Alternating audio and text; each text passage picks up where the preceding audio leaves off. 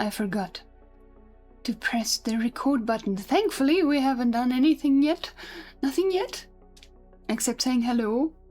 Alright, now everybody's caught up. Caught up. There we go. That's the word. Caught up. The term, actually. Yes. It's super fun, though.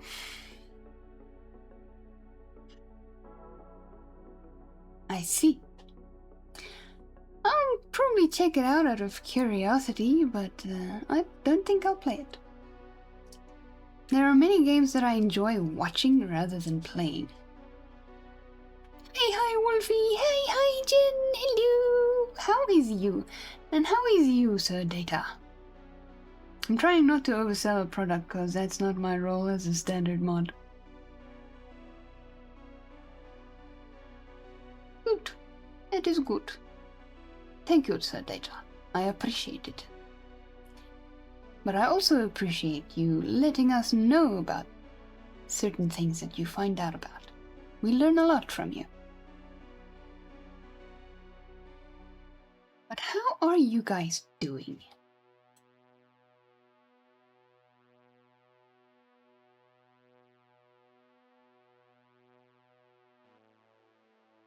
Righty. While the music is calm, I'm gonna do a pause. Because I'll be playing the music in the background as I'm reading. So. But right now I want to have it paused because I wanna do the quick prayer, and it might be quite an exciting piece after this, so let's have it paused for now. So much profanity in it, but I know how you are at this stage. Indeed. Yes.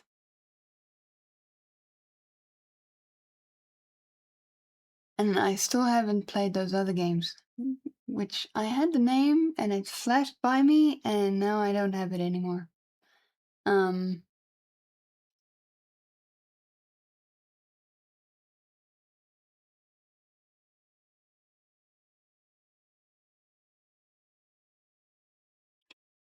Man, this is tough.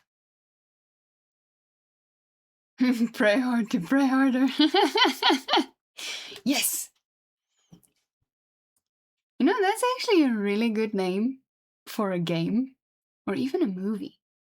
Pray hard to pray harder. Imagine that as a title. That would be cool, though.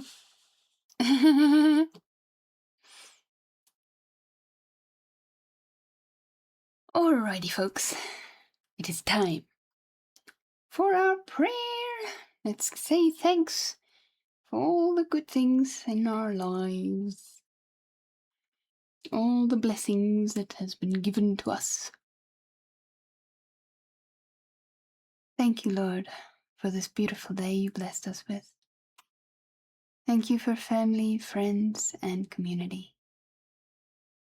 Lord, I pray you bless everyone who joins me here today or who watches the VOD. And Lord, I pray that you heal those who are currently struggling with their health, O Lord. I pray you touch them with your healing hand, that your will be done over them, their families, and their support, Lord. I pray you bless them and all their friends and their doctors, Lord, and families, of course. And Lord, I pray for peace over all the nations that are currently having turmoil, Lord. We pray for safety over individuals that may find themselves in danger. I pray that you lead them and guide them out of danger's way. We pray for peace over Israel, Lord. We pray that you shine your light of peace over all the earth. In Jesus' mighty name we pray. Amen. There we go. There we go. Alright, music is back. I don't know if you guys can even hear it. I think you don't know about Bruce Willis. Ah, yes, I do know. Yeah, I think we may have touched him on it, but like a while back. Yeah, it's really sad. He was obviously he's retired now, so he's no longer an actor. So he was a really good actor.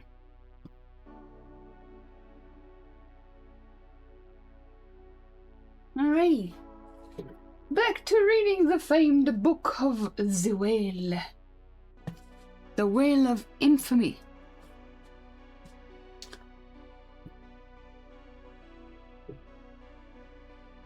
Here we go. Ah, yes. This is where we are. Whoops. I'm smacking things here. The biographical of Queequeg. He's going to tell us what Queequeg told him about where he is from. Alright, I need to just quickly adjust. I think that is...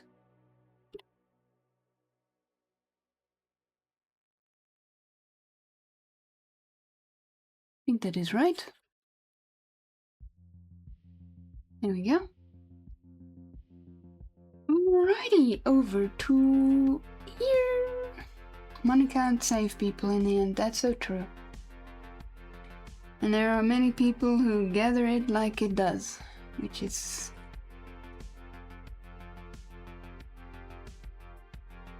yeah. Not good. Alrighty. We've got a little bit more exciting music playing in the background. Don't know if you guys can hear it all that much.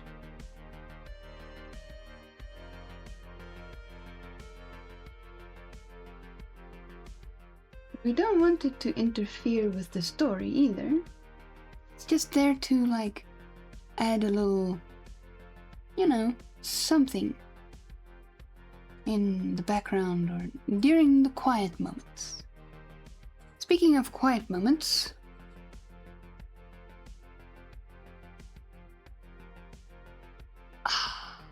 coffee time.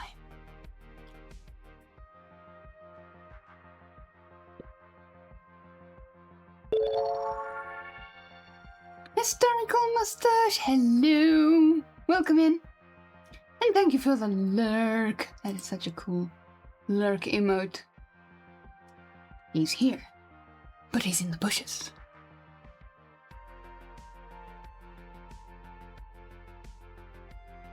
Saying in the Bible, which is richer of the soul, the poor man who puts his last penny in the coffers, or the rich man who gives a small amount of his fortune to it? Yeah. Obviously the poor man. Because he ain't greedy. More inclined to do... yeah, he's... What he's actually doing is investing in his future. Even though he's poor, he's not greedy.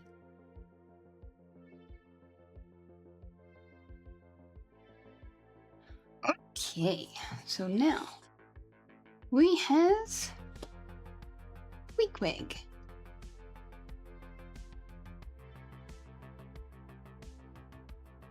And his biographical. There we go.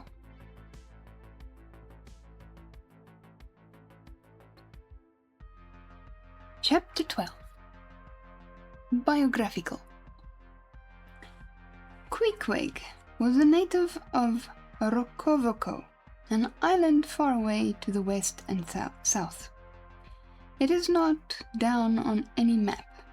True places never are. When a new hatched savage running wild about his native woodlands in a grass clout, followed by the nibbling goats as if he were a green sapling, even then in Queequeg's ambitious soul lurked a strong desire to see something more of Christendom than a specimen whaler or two.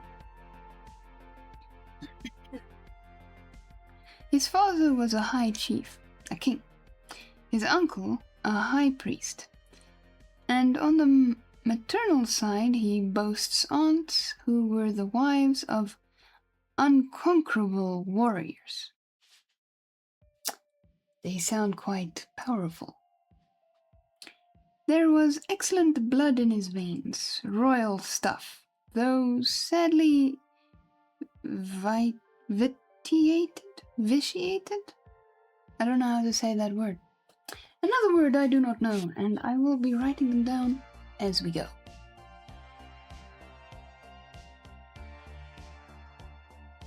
Vitiated.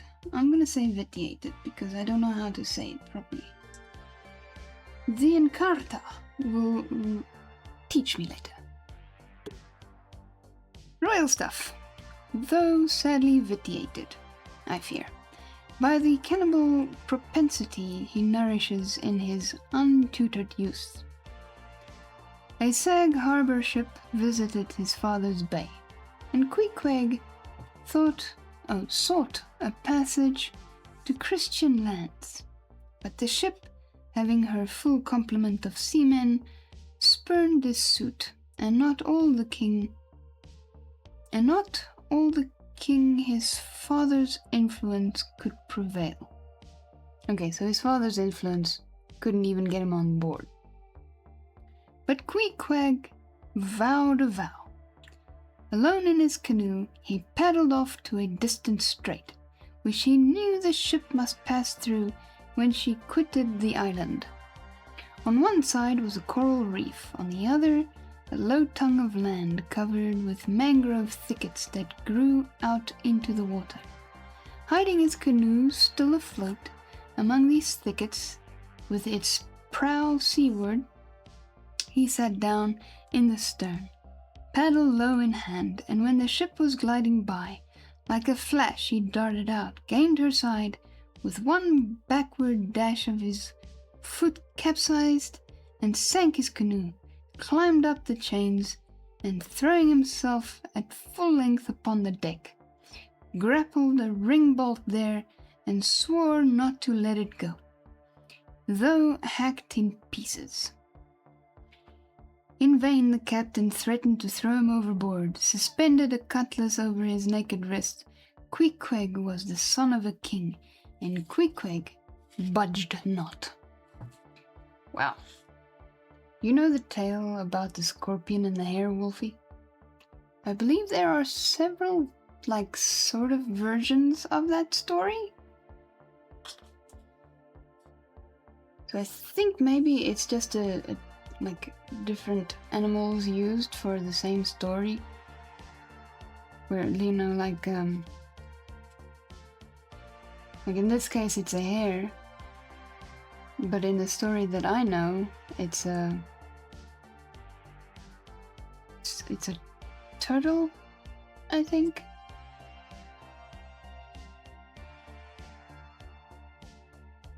But do tell it.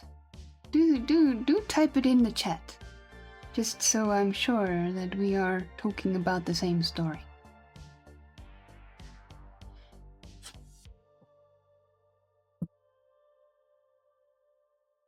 So Queequeg didn't budge. Struck by his desperate dauntlessness and his wild desire to visit Christendom, the captain at last relented, and told him he might make himself at home. But this fine young savage, the Sea Prince of Wales, never saw the captain's cabin. They put him down among the sailors and made a whaleman of him. But like Tsar Peter, content to toil in the shipyards of foreign cities, Queequeg disdained no seeming ignominy. Ignominy? It's a very interesting word, that.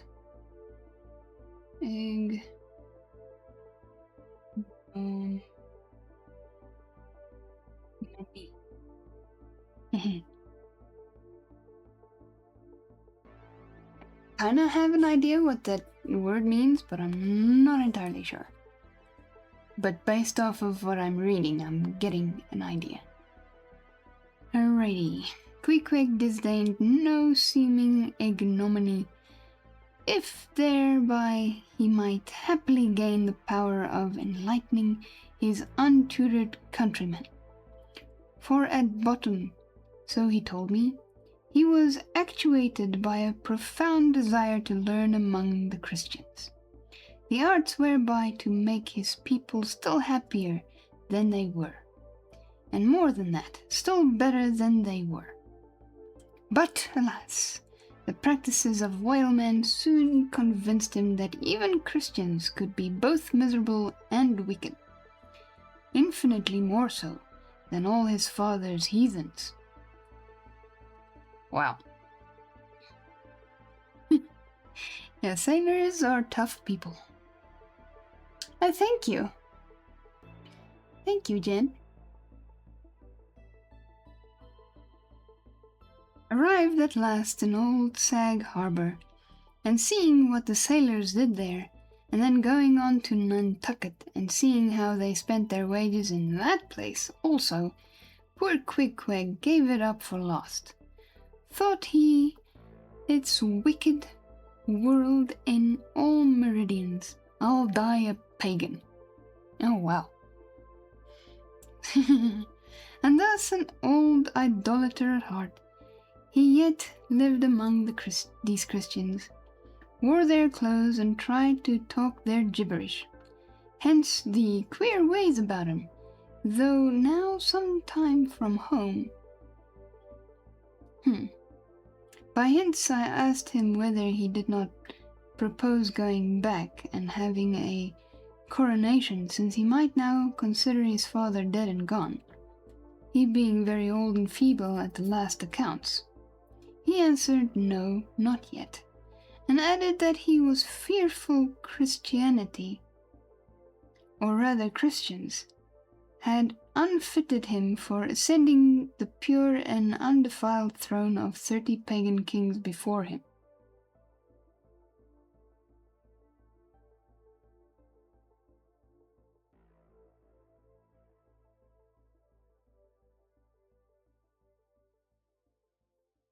Is he saying that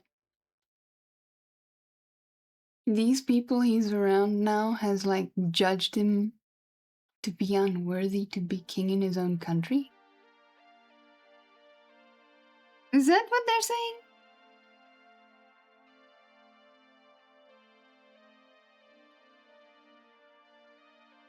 Alright, let me read here Data's. A hare met a scorpion at the side of a river, and the hare offered to put the scorpion on his back so they could both get to the other side. Halfway across the river, the scorpion stings the hare, and soon they both drowned. The hare asked the scorpion, "Why did you do that?" And the scorpion answered, "Because it's in my nature." Yeah. Yes, that is the same story I was thinking about. However, the hare in our story is a turtle, or a tortoise. But yeah, I've heard them both, yes. Both ways. But yes, it's still a good one. Coffee sips!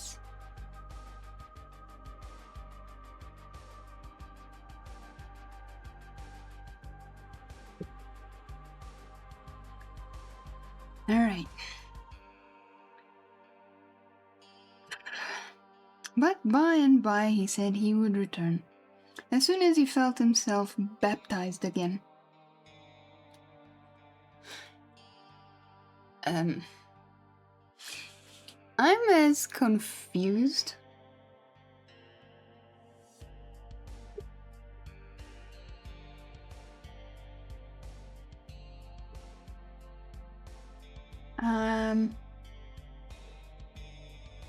We have a saying in Afrikaans, but I won't translate it because it's a little gross. Let's just say I am much confused. Okay.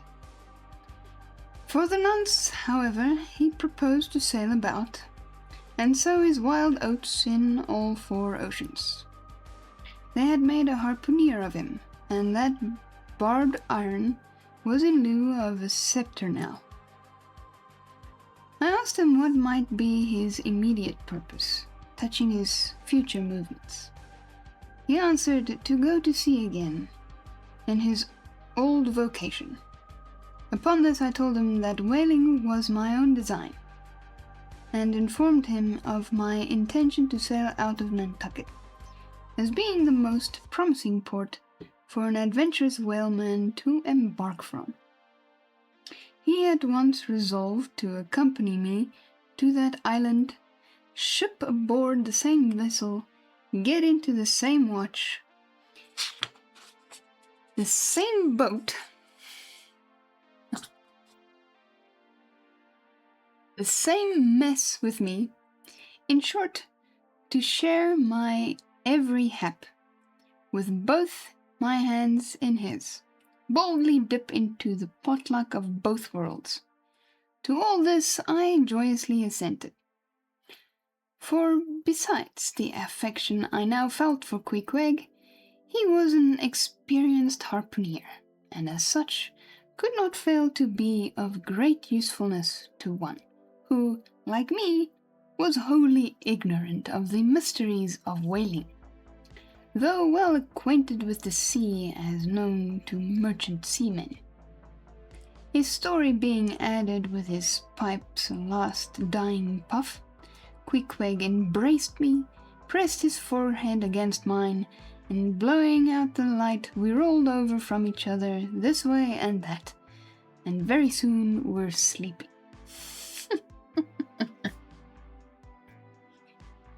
Goodness.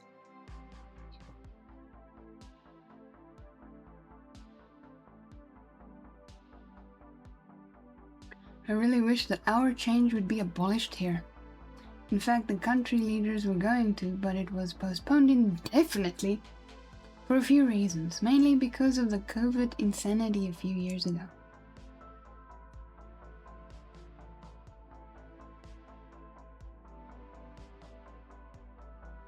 Must be a fire somewhere, 'cause I'm keeping smelling the smell. Anyway, but... Huh? Why did they use... You know what, I think that's just an excuse. Why use COVID as an excuse? And indefinitely even. Huh? Ireland wanted to get rid of daylight savings. And that would be fantastic, because it's not useful.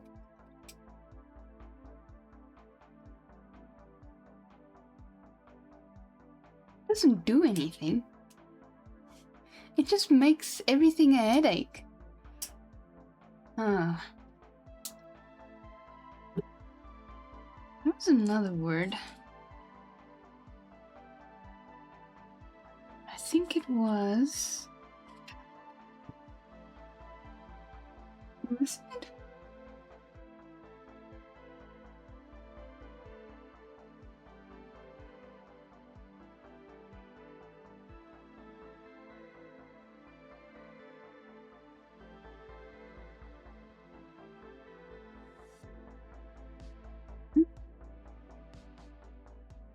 I can't remember what that word was.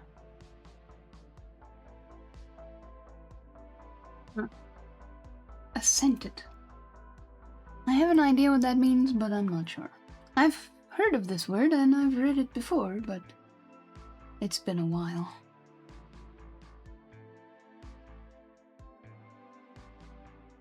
Yeah. Alrighty. Wait. No bumping cups.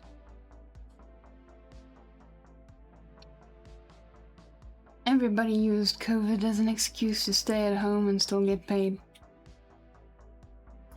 Yeah, well, it was kind of mandatory at some point. I know hubs were told to work from home. What a mess that was.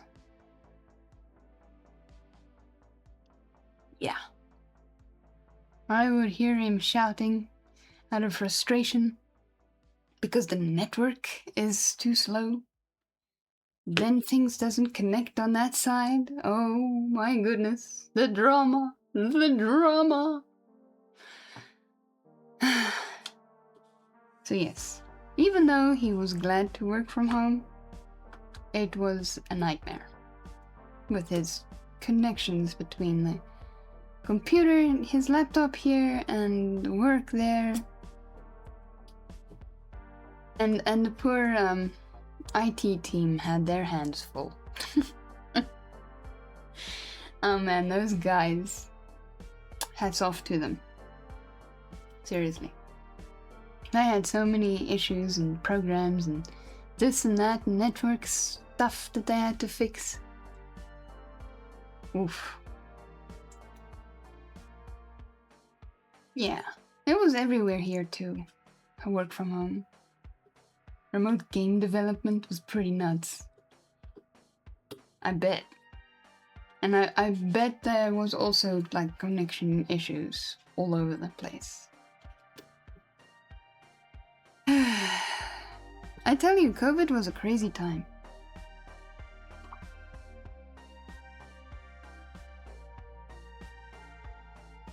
Alrighty. Chapter 13. A wheelbarrow. Next morning, Monday, after disposing of the embalmed head to a barber for a block, I settled my own and comrade's bill using, however, my comrade's money. Yeah, 'cause don't think our guy had enough left. The grinning landlord, as well as the boarders, seemed amazingly tickled at the sudden friendship which had sprung up between me and Queequeg, especially as Peter Coffin's cock and bull stories about him had previously so much alarmed me concerning the very person whom I'm now accompanied with. We borrowed a wheelbarrow, and embarking our things, including my own poor carpet bag and Queequeg's canvas sack and hammock, away we went down to the Moss, the little Nantucket packet schooner moored at the wharf. As we were going along, the people stared. Not at Queequeg so much, for they were used to seeing cannibals like him in their streets, but at seeing him and me upon such confidential terms. Bosom buds.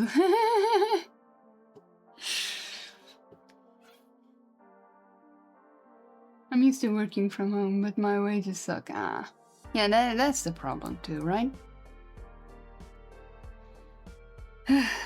But we heeded them not, going along wheeling the barrow by turns, and Queequeg now and then stopping to adjust the sheath on his harpoon barbs. I asked him why he carried such a troublesome thing with him ashore, and whether all whaling ships did not find their own harpoons. To this, in substance, he replied that though what I hinted was true enough, yet he had a particular affection for his own harpoon, because it was of assured stuff, well tried in many a mortal combat, and deeply intimate with the hearts of whales. In short, like many reapers and mowers who go into the farmers' meadows armed with their own scythes, though in no wise obliged to furnish them, even so, Queequeg, for his own private reasons, preferred his own harpoon. Shifting the barrow from my hand to his, he told me a funny story about the first wheelbarrow he had ever seen. It was in Sag Harbor. The owners of his ship, it seems, had lent him one in which to carry his heavy chest to his boarding house.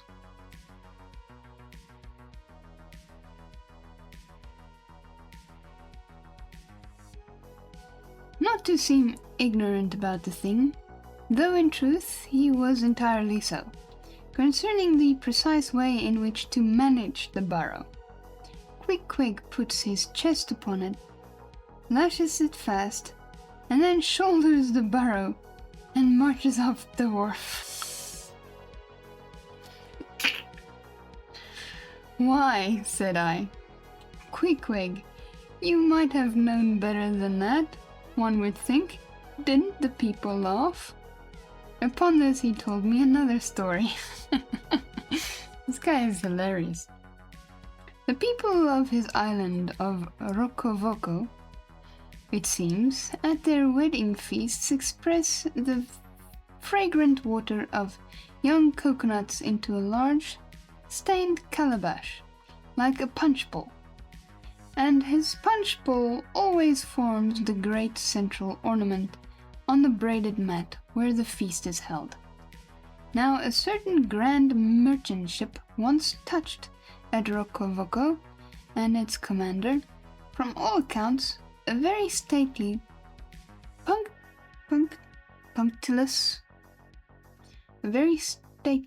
punctilious gentleman, at least for a sea captain. This commander was invited to the wedding feast of Quick-Quig's sister, a pretty young princess just turned of 10. Well, when all the wedding guests were assembled at the bride's bamboo cottage, this captain marches in, and being assigned the post of honor, placed himself over against the punch bowl and between the high priest and his majesty the king, Quick-Quig's father. Grace being said, for those people have their grace as well as we, though Quick-Quig told me that unlike us, who at such times look downwards to our platters, they, on the contrary, copying the ducks, glance upwards to the great giver of all feasts. Grace, I say, being said, the high priest opens the banquet by the immemorial ceremony of the island, that is, dipping his consecrated and consecrating fingers into the bowl before the blessed beverage circulates. Seeing himself placed next the priest, and noting the ceremony, and thinking himself being captain of a ship and having plain precedence over a mere island king, especially in the king's own house, the captain coolly proceeds to wash his hands in the punch bowl. Oh no. Oh no. Clear misunderstanding there.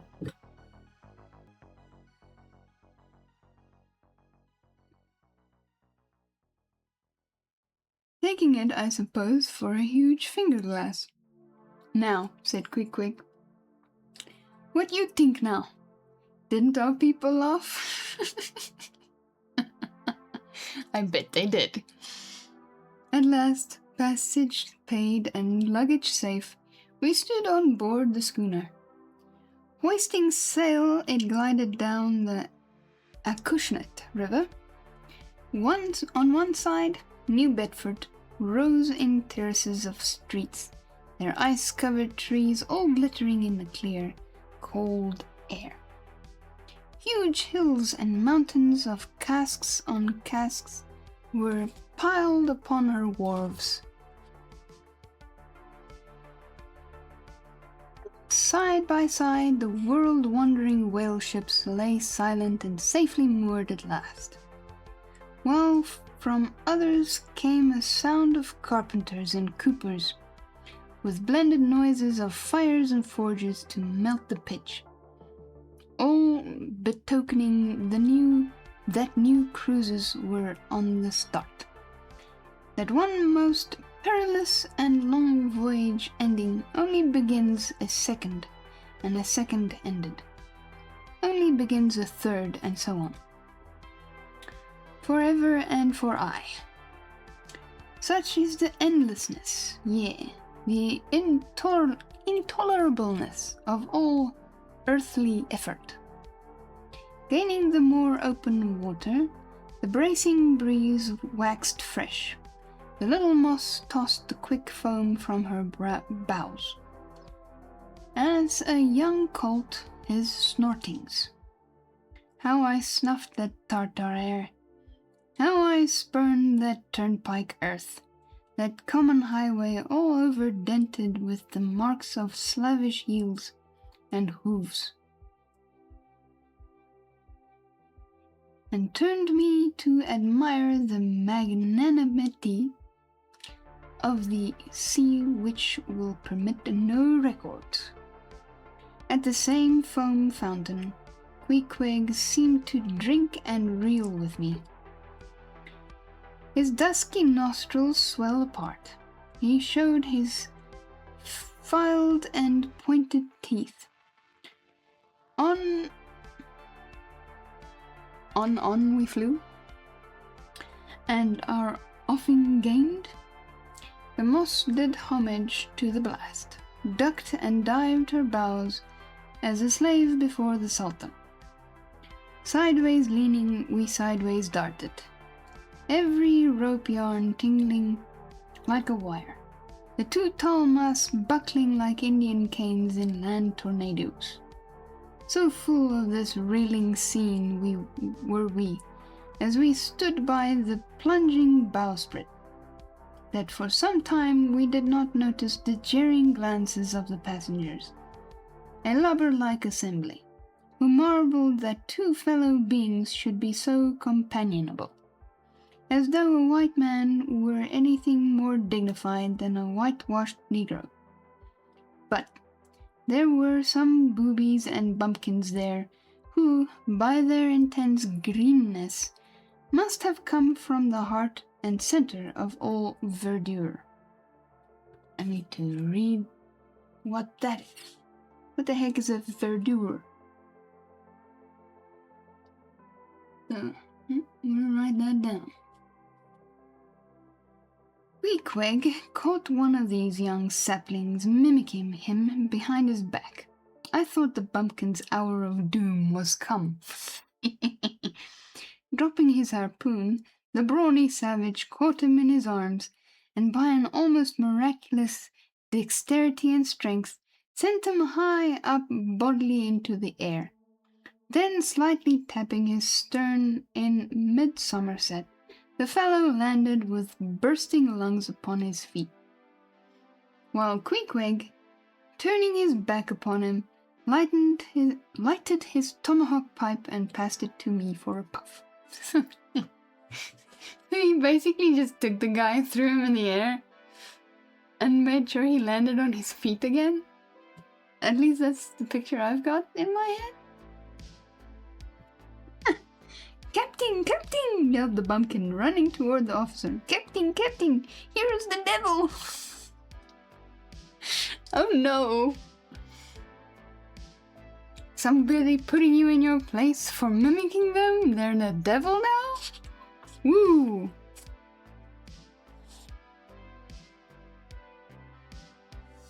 That's a good one. That's very funny. "Hello, you sir," cried the captain, a gaunt rib of the sea, stalking up to Queequeg. "What in thunder do you mean by that? Don't you know you might have killed that chap?" "What him say?" said Queequeg, and he mildly turned to me. "He say," said I, "that you came near killing that man there," pointing to the still-shivering greenhorn. "Killy?" cried Queequeg, twisting his tattooed face in an unearthly expression of disdain. "Ah, him bevy smally fishy. Queequeg no killy so smally fishy. Queequeg killy big whale."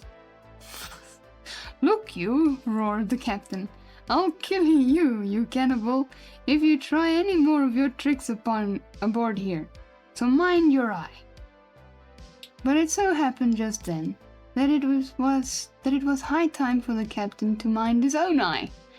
The prodigious strain upon the mainsail had parted the weather sheet, and the tremendous boom was now flying from side to side, completely sweeping the entire after part of the deck. The poor fellow whom Queequeg had handled so roughly was swept overboard. Oh no! All hands were in a panic, and to attempt snatching at the boom to stay it seemed madness. It flew from right to left and back again, almost in one ticking of a watch, and every instant seemed on the point of snapping into splinters. Nothing was done, and nothing seemed capable of being done. Those on deck rushed towards the bows and stood eyeing the boom as if it were the lower jaw of an exasperated whale. In the midst of this consternation, Queequeg dropped deftly to his knees and, crawling under the path of the boom, whipped hold of a rope, securing one end to the bulwarks, and then flinging the other like a lasso, caught it around the boom as it swept over his head, and at the next jerk the spar was that way tracked, and all was safe. The schooner was run into the wind, and while the hands were clearing away the stern boat, Queequeg, stripped to the waist, darted from the side with a long living arc of a leap.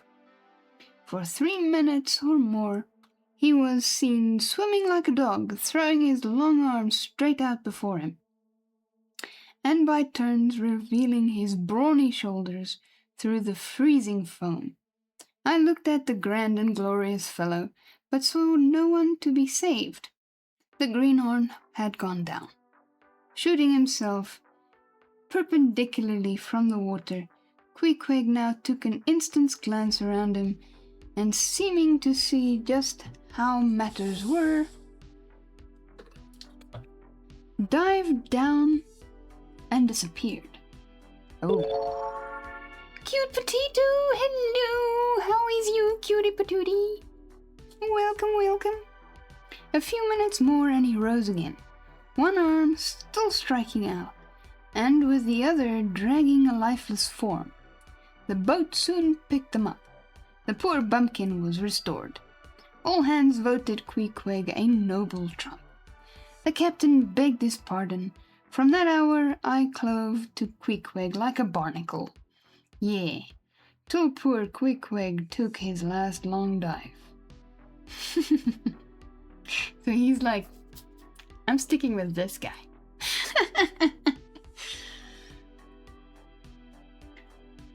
Was there ever such unconsciousness? He did not seem to think that he at all deserved a medal from the humane and magnanimous societies. He only asked for water, fresh water, something to wipe the brine off. That done, he put on dry clothes, lighted his pipe, and leaned against the bulwarks, and mildly eyeing those around him, seemed to be saying to himself, "It's a mutual joint stock world in all meridians. We cannibals must help these Christians."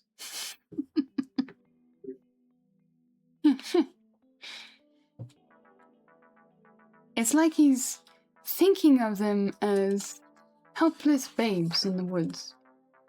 Watery woods. This guy is hilarious. But also, I mean, throwing a guy up into the air like that? Then securing that wild beam going side to side? And rescuing the same guy that he threw in the air by jumping into that frigid water? Man, that guy has... I don't know, he's got some serious thrill issues, man.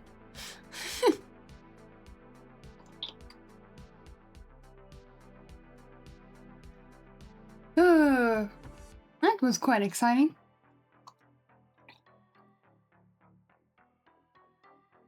Peepers, can you guys believe it? We're at chapter 14 already?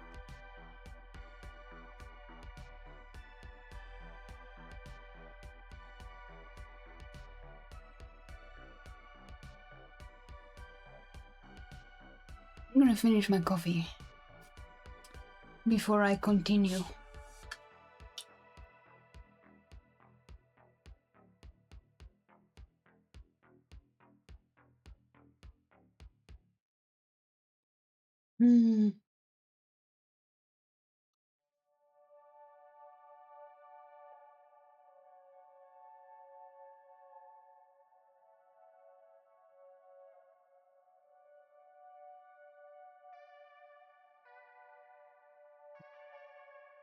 So many words. I had to find my little notepad again because I misplaced it. Thankfully, I found it because I don't want to lose all these cool words that we are learning.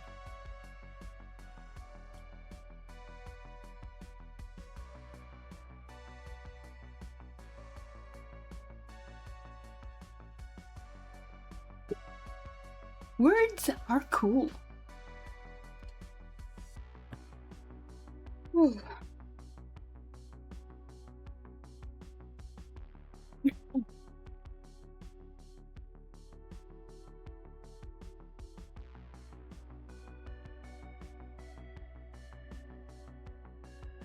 Alrighty. Chapter 14. Nantucket.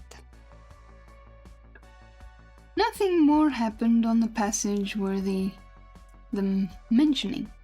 So, after a fine run, we safely arrived in Nantucket. Nantucket! Take out your map and look at it. See what a real corner of the world it occupies. How it stands there, away offshore, more lonely than the Eddystone lighthouse.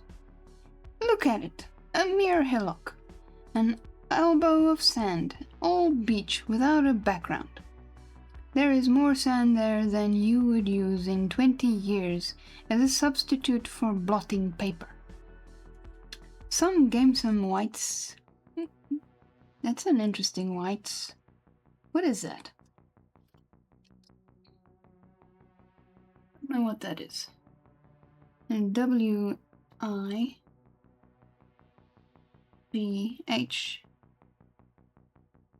It's probably wits, not whites. But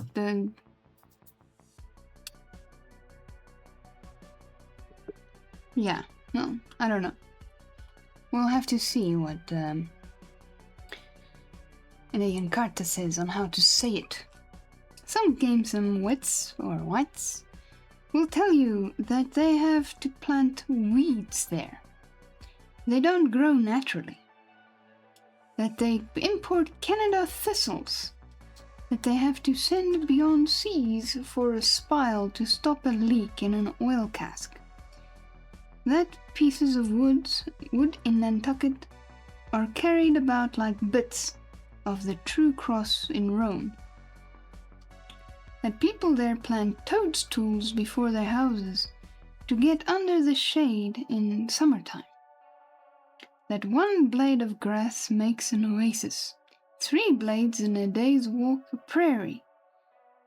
That they wear quicksand shoes, something like Laplander snowshoes. That they are so shut up, belted about, every way enclosed, surrounded, and made an utter island of by the ocean, that to the very chairs and tables small clams will sometimes be found, adhering as to the backs of sea turtles. Wow, so the sea life is quite rampant there. Sorry about that, I nearly got my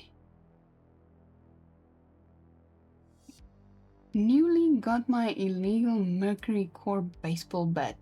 Because my brain is nearly useless, I'm gonna kill it with beer. Thinking. Oh my goodness, that's quite random. I love that. That could be a good story. Like the plot of a story.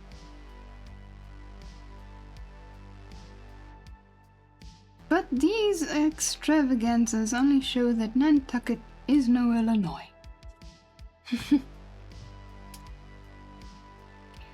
Now, look at the wondrous traditional story of how this island was settled by the red men. Thus goes the legend. In olden times, an eagle swooped down upon the New England coast and carried off an infant Indian in his talons. With loud lament, the parents saw their child borne out of sight over the wide waters. They resolved to follow in the same direction.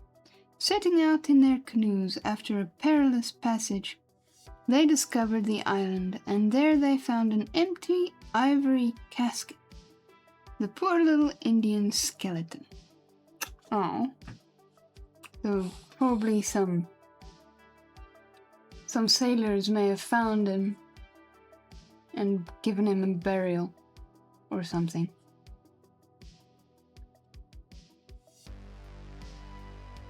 What wonder then that these Nantucketers, born on a beach, should take to the sea for a livelihood. They first caught crabs and quahogs? What the heck's a quahog? In the sand. Grown bolder, they waded out with nets for mackerel. More experienced, they pushed off in boats and captured cod, and at last, launching a navy of great ships on the sea, explored this watery world, but an incessant belt of circumnavigations round it. Peeped in at Bering Strait, and in all seasons and all oceans declared everlasting war with the mightiest animated mass that has survived the flood. Most monstrous and most mountainous, that Himalayan salt sea, Mastodon, closed with such portentousness? Okay. Mastodon, closed with such portentousness and unconscious power that his very panics are more to be dreaded than his most fearless and malicious assaults. Okay, so I'm taking it he's talking about another type of big fish. Who got crabs? the island of Nantucket, apparently. And thus have these naked Nantucketers, these sea hermits issuing from their anthill in the sea, overrun and conquered the watery world like so many Alexanders, parceling out among them the Atlantic, Pacific, and Indian Oceans, as the three pirate powers did Poland. Let America add Mexico to Texas, and pile Cuba upon Canada. Let the English overswarm all India, and hang out their blazing banner from the sun. 2/3 of his turquoise globe are the Nantucketers. For the sea is his. He owns it, as emperors own empires, other seamen having but a right of way through it. Merchant ships are but extension bridges, armed ones but floating forts, even pirates and privateers, though following the sea as highwaymen the road. They but plunder other ships, other fragments of the land like themselves, without seeking to draw their living from the bottomless deep itself. The Nantucketer, he alone resides and riots on the sea. He alone, in Bible language, goes down to it in ships, to and fro, ploughing it as his own special plantation. There is his home. There lies his business, which a Noah's flood would not interrupt, though it overwhelmed all the millions in China. He lives on the sea, as prairie cocks in the prairie. He hides among the waves, he climbs them as chamois hunters climb the Alps. My tongue is twisting, man. For years he knows not the land, so that when he comes to it at last, it smells like another world, more strangely than the moon would to an earth's man. With the landless gull that at sunset folds her wings and is rocked to sleep between billows, so at nightfall the Nantucketer, out of sight of land, furls his sails and lays him to his rest, while under the very pillow rush herds of walruses, and while under his very pillow rush herds of walruses and whales. That's a mouthful.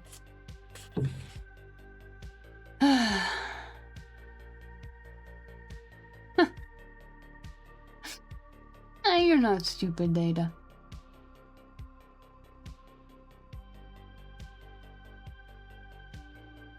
Although, I'm kind of feeling a little dumb myself because there's so many words that I don't know how to say. Because I've never seen them before this story. Goodness. I thought I knew a lot of words. Apparently, I did not.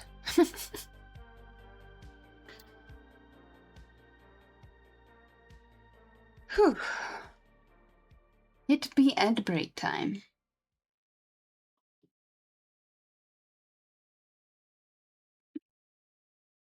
Hydrate.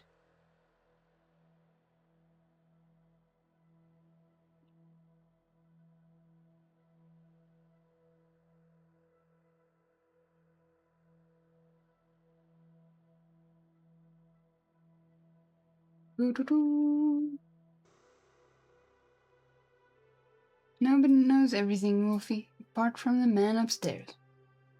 Yeah, you have a point. You have a point. That is true.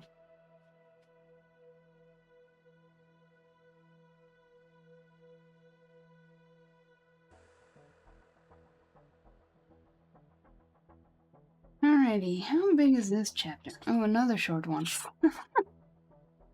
It's only 3 pages.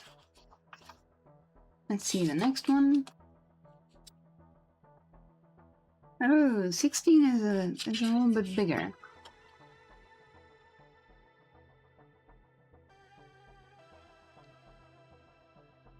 Okay.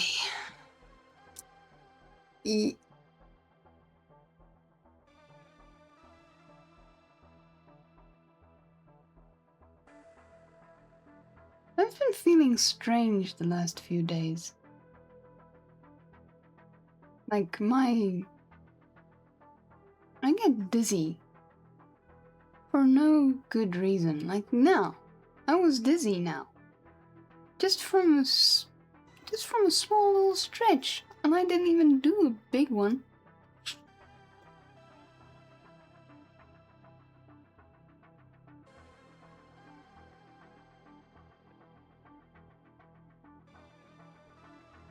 Oh well. It happens sometimes, I guess.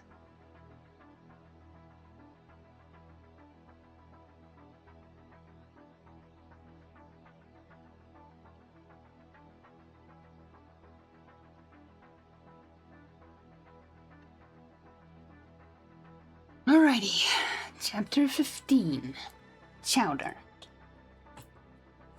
It was quite late in the evening when the little moss came snugly to anchor, and Queequeg and I went ashore, so we could attend to no business that day, at least none with a supper and a bed.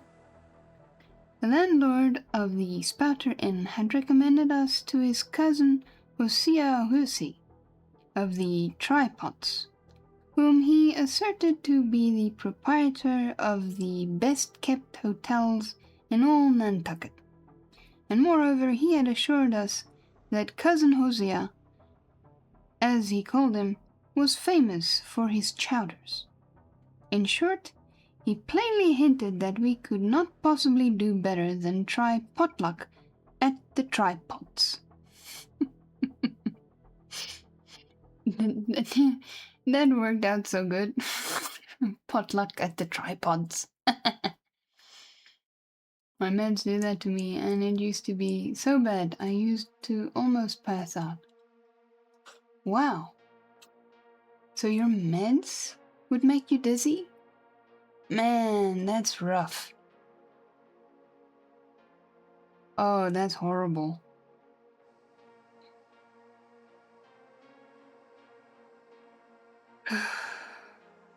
But the directions he had given us about keeping a yellow warehouse on our starboard hand till we opened the white church to the larboard, and then keeping that on the larboard hand till we made a corner 3 points to the starboard, and that done, then asked the first man we met where the place was crooked directions of his very much puzzled us at first. Especially as, at the outset, Queequeg insisted that the yellow warehouse, our first point of departure, must be left on the larboard hand, whereas I had understood Peter Coffin to say it was on the starboard. However, by dint of beating about a little in the dark, and now and then knocking up a peaceful inhabitant to inquire the way, we at last came to something which there was no mistaking. 2 enormous wooden pots, painted black and suspended by ass's ears, swung from the cross trees of an old topmast, planted in front of an old doorway. The horns of the cross trees were sawed off on the other side, so that this old topmast looked a little like a gallows. Perhaps I was oversensitive to such impressions at the time, but I could not help staring at this gallows with a vague misgiving. A sort of crick was in my neck as I gazed up to the 2 remaining horns. Yes, 2 of them. One for Queequeg and one for me. It's ominous, thinks I. A coffin, my innkeeper, upon landing. Let me first move the book.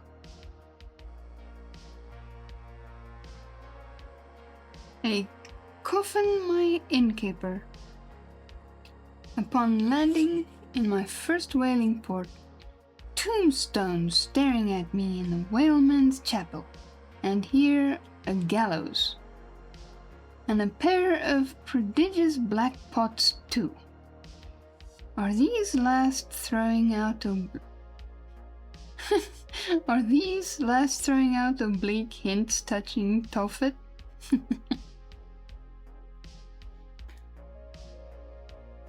I hate meds for a lot of reasons, but might quote Spock. Ha. Ah. Yes.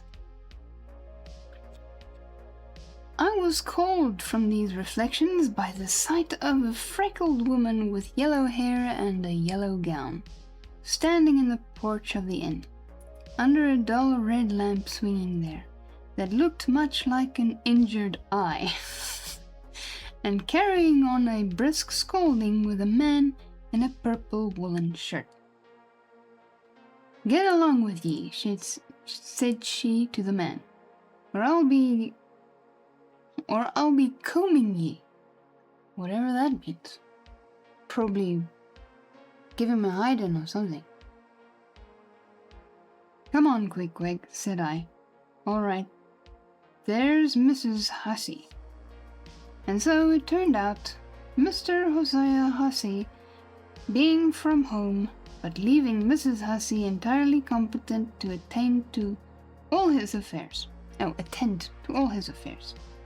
Upon making known our desires for a supper and a bed, Mrs. Hussey, postponing further scolding for the present, ushered us into a little room and seating us at a table spread with the relics of a recently concluded repast, turned around to us and said, "Clam and cod?"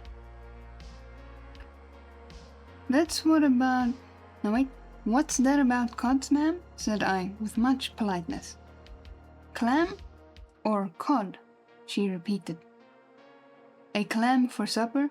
A cold clam? Is that what you mean, Mrs. Hussey? Says I. But that's a rather cold and clammy reception in the winter time, ain't it, Mrs. Hussey? But being in a great hurry to resume scolding the man in the purple shirt who was waiting for it in the entry, and seeming to hear nothing but the word clam, Mrs. Hussey hurried towards an open door leading to the kitchen, and bawling out, "Clam for two," disappeared. "Queequeg," said I, "do you think that we can make a supper for both on one clam?" Oh my goodness, this guy, he has no idea how things are working here, apparently. However, a warm, savory steam from the kitchen served to belly the apparently cheerless prospect before us. But when that smoking chowder came in, the mystery was delightfully explained. Oh, sweet friends, hearken to me. It was made of small, juicy clams, scarcely bigger than hazelnuts, mixed with pounded ship biscuits and salted pork cut up into little flakes. The whole enriched with butter and plentifully seasoned with pepper and salt, our appetites being sharpened by the frosty voyage, and in particular Queequeg seeing his favorite fishing food before him, and the chowder being surpassingly excellent. Well, so they were pleasantly surprised, which is good. We dispatched with great expedition. When leaning back a moment and bethinking me of Mrs. Hussey's clam and cod announcement, I thought I would try a little experiment. Stepping to the kitchen door, I uttered the word cod with great emphasis and resumed my seat. In a few moments the savory steam came forth again, but with a different flavor, and in good time a fine cod chowder was placed before us. We resumed business, and while plying our spoons in the bowl, thinks I to myself, I wonder now if this here has any effect on the head. What's that stultifying saying about chowder-headed people? But look, Queequeg, ain't that a live eel in your bowl? Where's your harpoon? Fishiest of all fishy places was the tripod, which well deserved its name, for the pots there were always boiling chowders. Chowder for breakfast, and chowder for dinner, and chowder for supper, till you began to look for fish bones coming through your clothes. Like, you're turning into one? The area before the house was paved with clam shells. Mrs. Hussey wore a polished necklace of codfish vertebra, and Hosea Hussey had his account books bound in superior old shark skin. There was a fishy flavor to the milk too, which I could not at all account for, till one morning, happening to take a stroll along the beach among some fishermen's boats, I saw Hosea's bridled cow feeding on fish remnants, and marching along the sand with each foot in a cod's decapitated head, looking very slipshod, I assure you.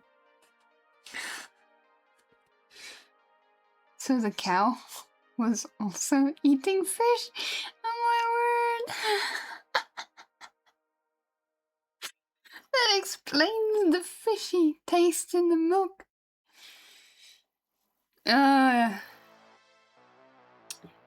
Cows are interesting beasts, that's for sure. And apparently this one had a taste for fish. Supper concluded, we received a lamp and directions from Mrs. Hussey concerning the nearest way to bed. But as Queequeg was about to precede me up the stairs, the lady reached forth her arm and demanded his harpoon. She allowed no harpoon in her chambers. Why not? Said I. every true whaleman sleep with his harpoon, but why not? Because it's dangerous, says she. Ever since young Styx, coming from that unfortunate voyage of his, when he was gone 4 years and a half, with only 3 barrels of ale, was found dead in my first floor back, with his harpoon in his side. Ever since then I allow no boarders to take such dangerous weapons in their rooms at night. So, Mr. Queequeg, for she had learned his name, I will just take this here iron and keep it for you till morning. But the chowder, clam or cod, tomorrow for breakfast, men? Both, says I, and let's have a couple of smoked herring by way of variety. Well, that's a good reason for not having such sharp objects in a room. I wonder how long he was there before they found it. That's kind of scary, you know. Finding somebody dead in a room, stuck with his own harpoon. That's not a sight that I would want to see.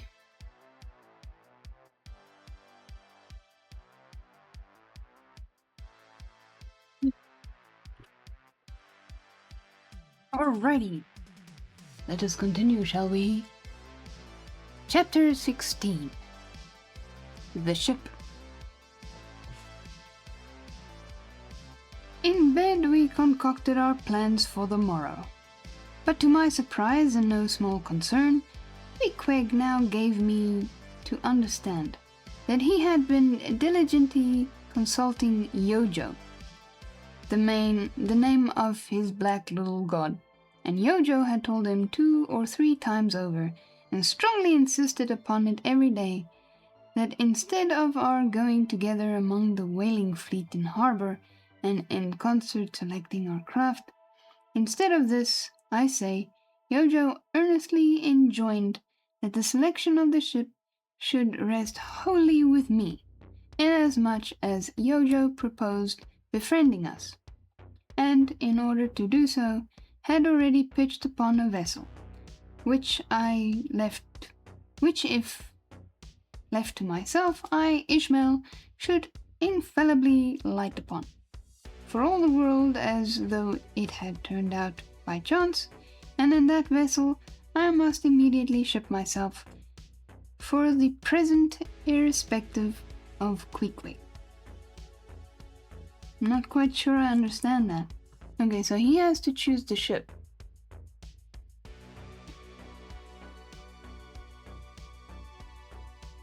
And then board it? Is that what's being said here? It's a very long way of saying something really simple.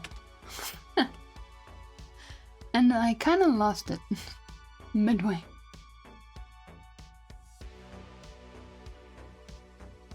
I have forgotten to mention that in many things Queequeg placed great confidence in the excellence of Yojo's judgment and surprising forecast of things, and cherished Yojo with considerable esteem, as a rather good sort of god, who perhaps meant well enough upon the whole, but in all cases did not succeed in his benevolent designs.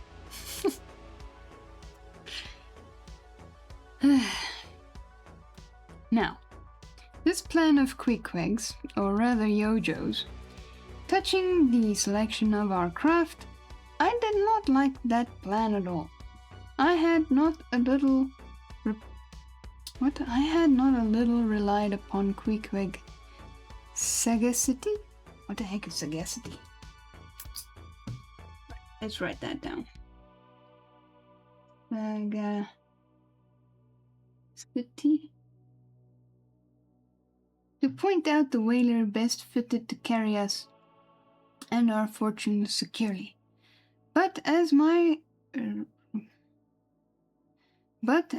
all my remonstrances produced no effect upon Queequeg, I was obliged to acquiesce, and accordingly prepared to set about this business with a determined rushing sort of energy and vigor that should quickly settle that trifling little affair. Next morning early, leaving Queequeg shut up with Yojo in our little bedroom, for it seemed that it was some sort of Lent or Ramadan, or day of fasting, humiliation and prayer with Queequeg and Yojo that day. How it was I never could find out, for though I applied myself to it several times,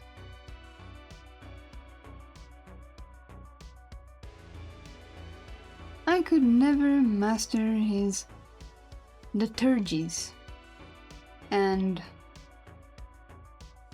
XXXIX articles, leaving Queequeg then fasting on his tomahawk pipe and Yojo warming himself at his sacrificial fire of shavings. I sallied out among the shipping. After much prolonged sauntering and many random inquiries, I learned that there were 3 ships up for 3 years voyage. For 3 years voyage: the Devil Dam, the Titbit, and the Pequod.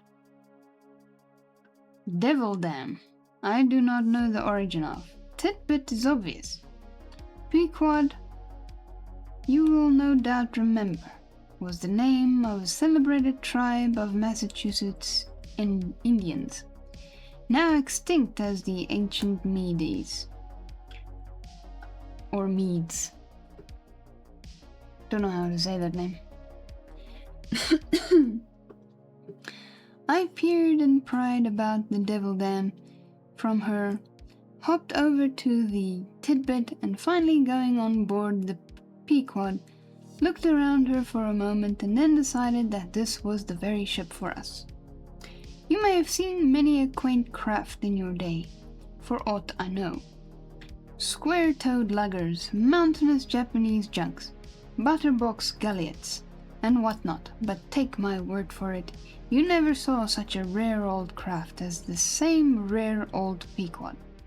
She was a ship of the old school, rather small if anything, with an old-fashioned claw-footed look about her. Long seasoned and weather-stained in the typhoons and calms of all 4 oceans, her old hull's complexion was darkened like a French grenadier's who has alike fought in Egypt and Siberia. Her venerable bows looked bearded.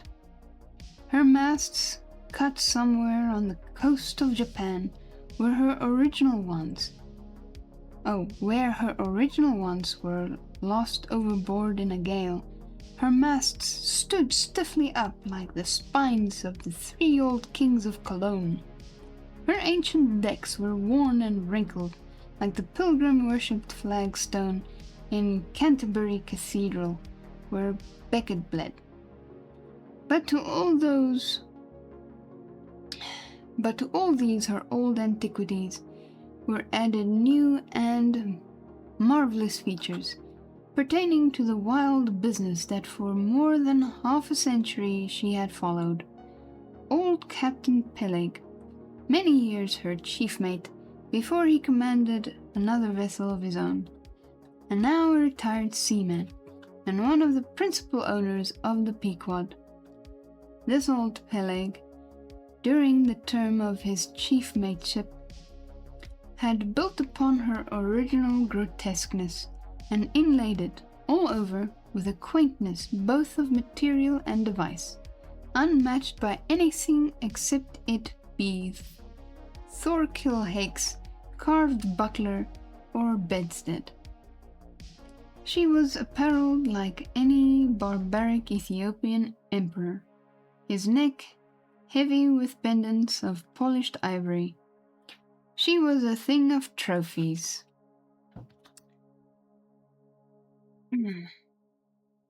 So an old ship with a lot of character, basically.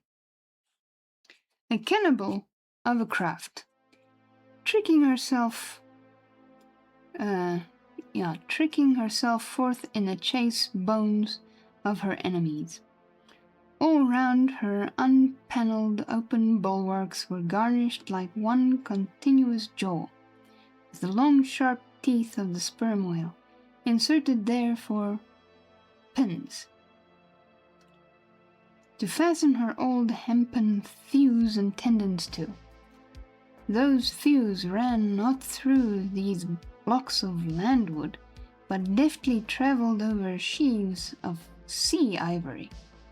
Scorning a turnstile wheel at her reverend helm, she sported there a tiller, and that tiller was in one mass, curiously carved from the long, narrow lower jaw of her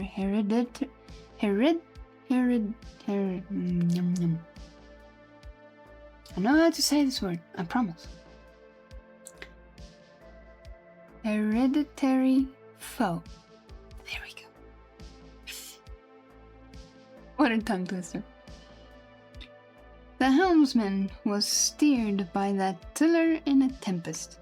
It felt like the Tartar when he...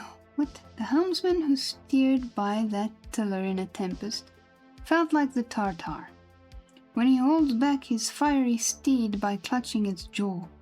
A noble craft, but somehow a most melancholy. All noble things are touched with that. Now, when I looked about the quarterdeck for someone having authority, in order to propose myself as a candidate for the voyage, at first I saw nobody, but I could not well overlook a strange sort of dent, or rather wigwam, pitched a little behind the mainmast. It seemed only a temporary erection used in port. It was a conical shape, some 10 feet high, consisting of the long, huge slabs of limber, black bone taken from the middle of the highest part of the jaws of the right whale, planted with their broad ends on the deck. A circle of these slabs laced together, mutually sloped towards each other, and at the apex united in a tufted point, where the loose, hairy fibers weaved to and fro like the top knot of some old Potawatomi sachem's head. Don't know what that is. So many references and I don't know what they are. A triangular opening faced towards the bows of the ship, so that the insider commanded a complete view forward. And half concealed in this queer tenement, I at length found one who by his aspect seemed to have authority, and who, it being noon, and the ship's work suspended, was now enjoying respite from the burden of command. He was seated on an old-fashioned oaken chair, wriggling all over with curious carving, and the bottom of which was formed of a stout interlacing of the same elastic stuff of which the wigwam was constructed. There was nothing so very particular, perhaps, about the appearance of the elderly man I saw. He was brown and brawny, like most old seamen, and heavily rolled up in a blue pilot cloth, cut in the Quaker style. Only there was a fine and almost microscopic network of the minutest wrinkles interlacing around his eyes, which must have arisen from his continual sailings in many hard gales.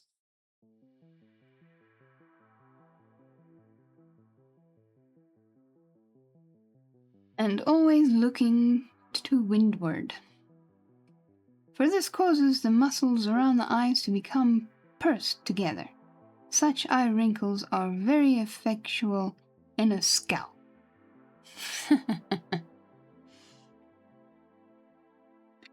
Is this the captain of the Pequod? Said I, advancing to the door of the tent. Supposing it be the captain of the Pequod, what dost thou want of him? He demanded. I was thinking of shipping. Thou wast thou? I see thou art no Nantucketer. Ever been in a stove boat? No, sir, I never have. Dost thou know nothing at all about whaling, I dare say, eh? Nothing, sir, but I have no doubt I shall soon learn. I've been several voyages in the merchant service, and I think that merchant service be damned. Talk not that lingo to me. Dost see that leg? I'll take that leg away from thy stern, if ever thou talkest of the merchant service to me again. Merchant service indeed. I suppose now ye feel considerable proud of having served in those merchant ships. But flukes! Man, what makes thee want to go a-whaling, eh? It looks a little suspicious, don't it, huh? Hast thou not been a pirate, hast thou? Didst not rob thy last captain, didst thou? Dost not think of murdering the officers when thou gettest to sea? I protested my innocence of these things. I saw that under the mask of these half-humorous innuendos, this old seaman, as an insulated Quakerish Nantucketer, was full of his insular prejudices, and rather distrustful of all aliens, unless they hailed from Cape Cod or the Vineyard. But what takes thee a-whaling? I want to know that before I think of shipping ye. Well, sir, I want to see what whaling is. I want to see the world. Want to see what whaling is, eh? Have ye clapped eye on Captain Ahab? Who is Captain Ahab, sir? Aye, I thought so. Captain Ahab is the captain of this ship. I am mistaken, then. I thought I was speaking to the captain himself.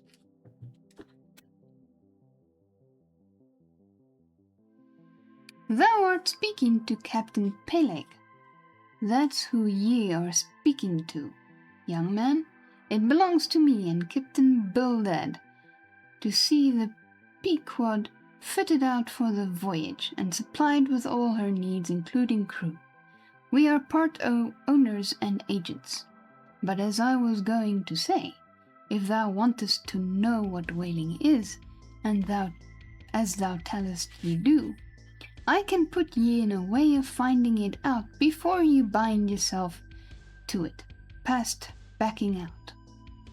Clap eye on Captain Ahab, young man, and thou wilt find that he has only one leg. What do you mean, sir? Was the other one lost by a whale? Lost by a whale! Young man, come nearer to me. It was devoured, chewed up, crunched by the monstrousest parmaceti that ever chipped a boat. Ha ha!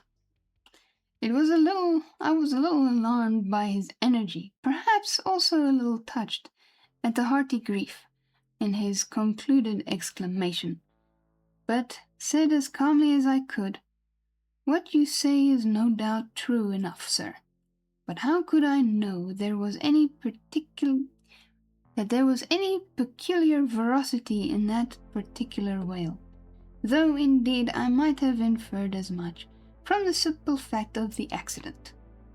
Look ye now, young man, thy lungs are as soft of soft. D'ye see thou dost not talk shark a bit? Sure, ye've been to sea before now, sure of that." "Sir," said I thought I told you that I had been 4 voyages in the merchant. Hard down out of that. Mind what I said about the merchant service. Don't aggravate me. I won't have it. But let us understand each other. I have given thee a hint about what whaling is. Do ye yet feel inclined for it?" "I do, sir." "Very good. Now art thou the man to pitch a harpoon down a live whale's throat and then jump after it? Answer quick." "I am, sir, if it should be positively indispensable to do so, not to be got rid of That is, which I don't take to be the fact. Good again. Now then, thou not only wantest to go a-whaling, to find out by experience what whaling is, but ye also want to go in order to see the world. Was not that what ye said? I thought so. Well then, just step forward there and take a peep over the weather bow, and then back to me and tell me what ye see there. This is an interesting conversation. This guy is trying really hard to let him know how dangerous this job is. For a moment I stood a little puzzled by this curious request, not knowing exactly how to take it, whether humorously or in earnest, but concentrating all his crow's feet into one scowl. Captain Peleg started me on the errand. Going forward and glancing over the weather bow, I perceived that the ship swinging to her anchor with the flood tide was now obliquely pointing towards the open ocean. The prospect was unlimited, but exceedingly monotonous and forbidding. Not the slightest variety that I could see. "Well, what's the report?" said Peleg when I came back. "What did ye see?" "Not much," I replied.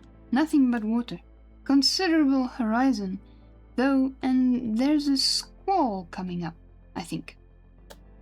"Well, what dost thou think, then, of seeing the world? Do ye wish to go around Cape Horn to see any more of it, eh? Can't ye see the world where you stand?" I was a little staggered, but go a-whaling I must, and I would, and the Pequod was as good a ship as any. I thought the best, and all this I now repeated to Peleg. Seeing me so determined, he expressed his willingness to ship me. "And thou mayest as well sign the papers right off," he added. "Come along with ye." And so saying, he led the way below deck into the cabin. Seated on the transom was what seemed to me a most uncommon and surprising figure. It turned out to be Captain Bildad, who, along with Captain Peleg, was one of the largest owners of the vessel. The other shares, as is sometimes the case in these ports, being held by a crowd of old annuitants.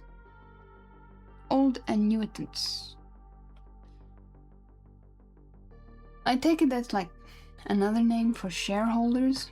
Let's write that one down.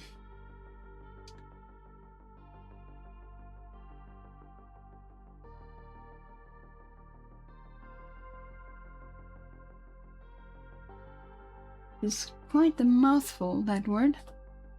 Widows, fatherless children, and chancery wards, each owning about the value of a timber-head, or a foot of plank, or a nail or two on the ship. People in Nantucket invest their money in whaling vessels, the same way that you do yours in approved state stocks, bringing in good interest. Now Bildad, like Peleg, and indeed many other Nantucketers, was a Quaker, the island having been originally settled by that sect, and to this day its inhabitants in general retain in an uncommon measure the peculiarities of the Quaker, only variously and anomalously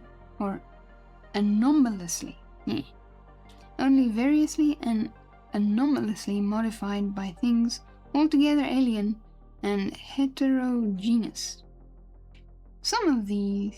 For some of these same Quakers are the most sanguinary. What the heck is sanguinary? Of all sailors and whale hunters. Sanguinary, another word. Goodness, we are filling up this list. Sanguine.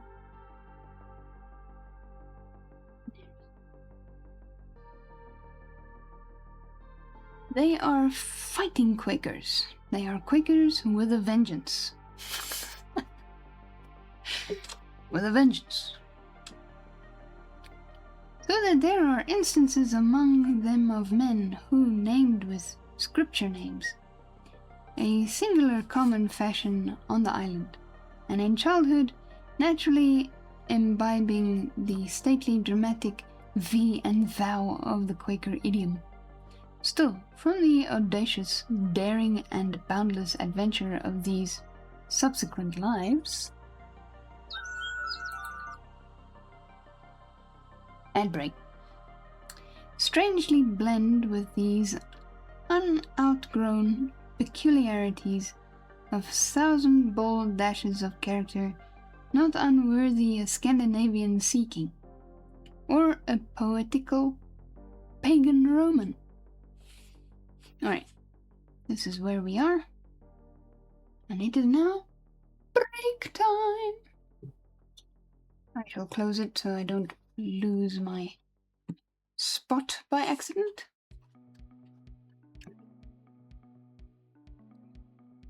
Yeah, this is an interesting one.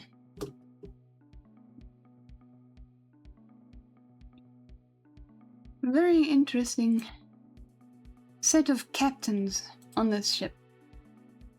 I always thought that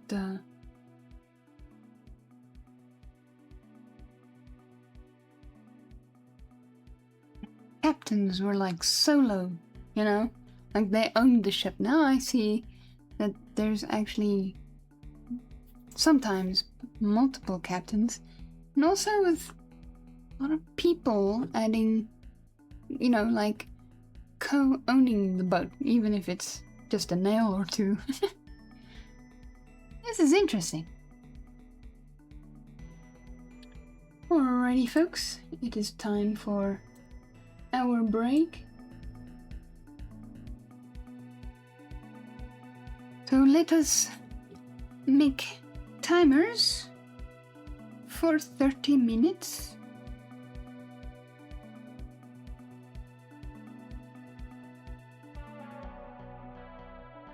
There we go, I've made mine. And go ahead and stretch out them limbs. Hydrate and find yourself something to eat. And let me know what you had for snacks while we were away on our break.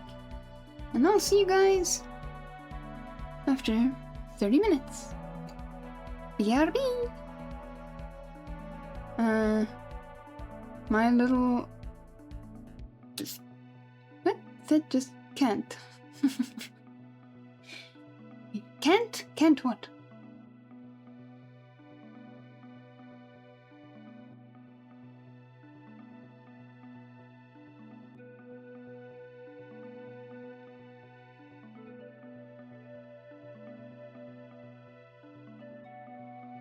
Oh, your brain! Your little brain just can't.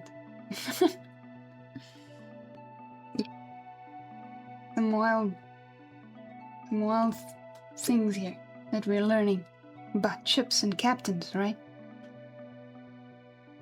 Because I always thought it was like Pirates of the Caribbean. One captain, one ship, a whole crew, you know? But nah, it's not always like that. It's interesting. Kind of like a business, I guess.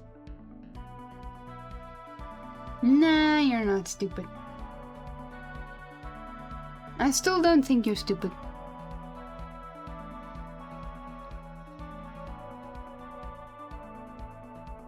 Oh, good. Was having problems with the internet. Seems to be back. Oh no! Le gasp! How dare the internet give you any issues?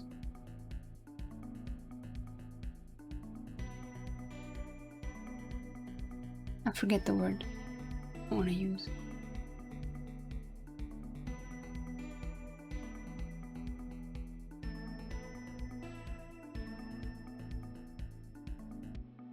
Big grey thinking thing.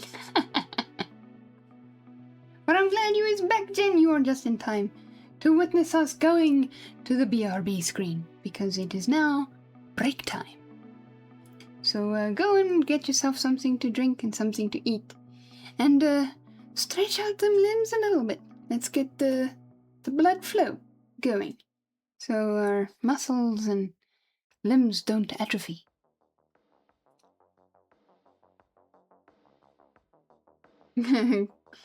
Call a duck.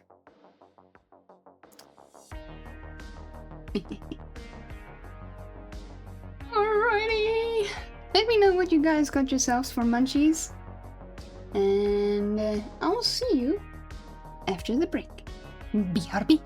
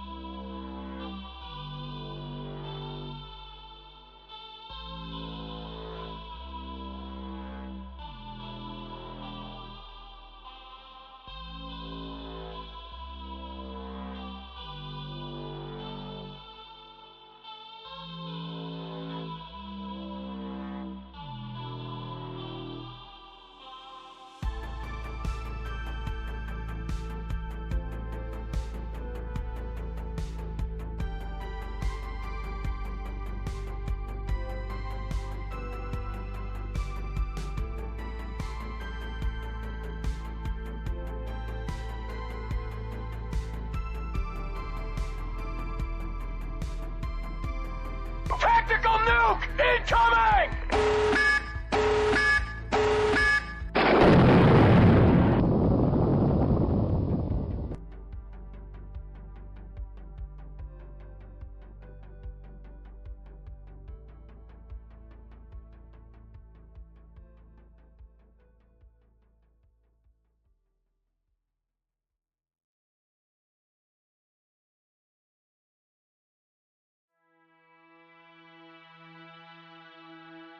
Why are you following me?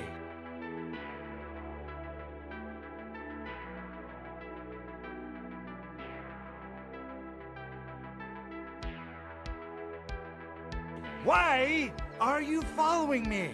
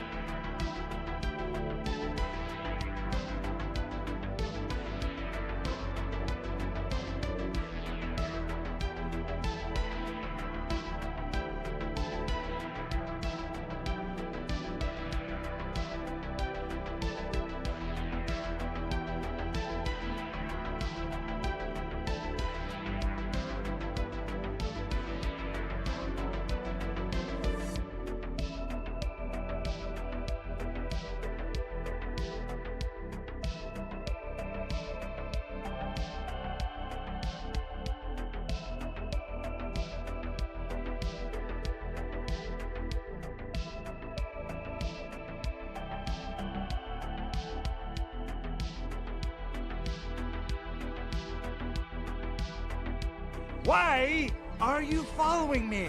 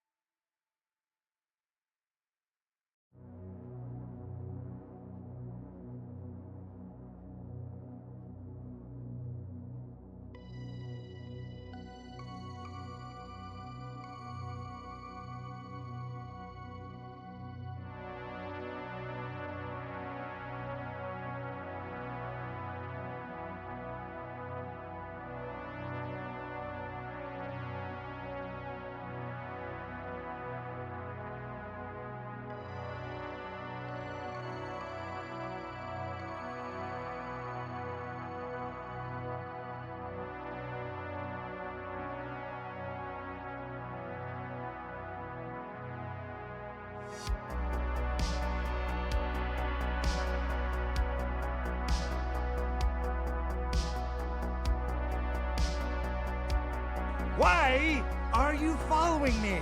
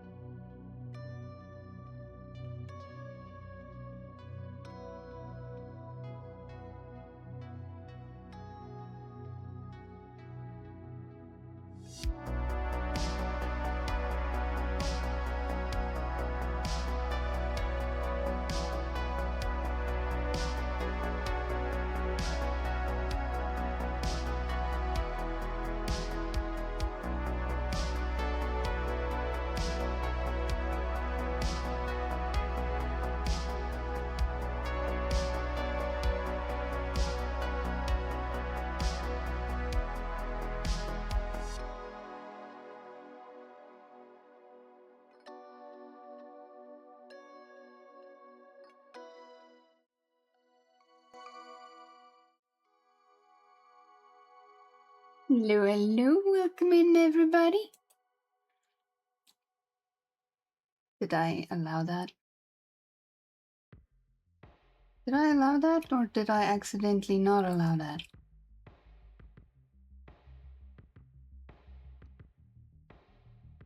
Man, what was that?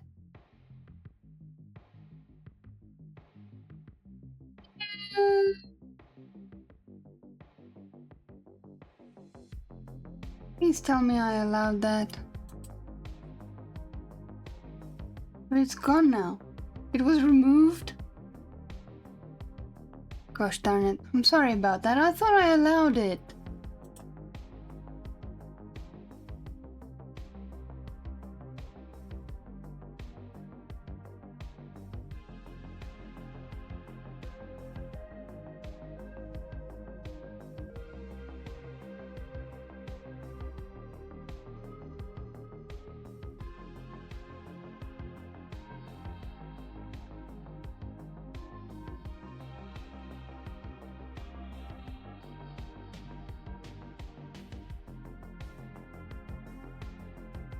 Yeah, I see.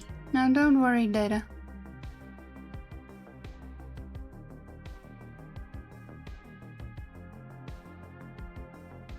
Oh man.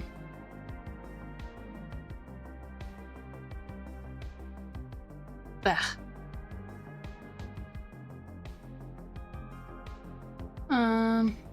Alright, let me catch up with chat real quick. So I got raided while I was on break. And by Sir Charles. Thank you for the raid, Sir Charles. And he was reading the Bible today. Hello, Enoch was here. Welcome in. Charzy, hello. Welcome in. Jimmel 5.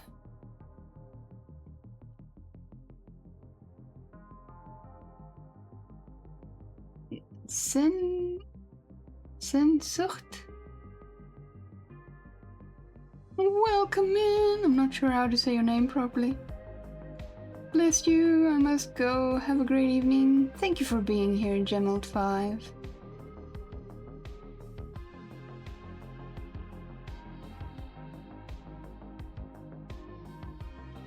And then I accidentally removed Enoch's message. I just said the book you are reading, I would also need a long break. The first 150 pages are great, the rest is a tough read. Really? Wait, how many pages am I in? Oh, I'm at 79.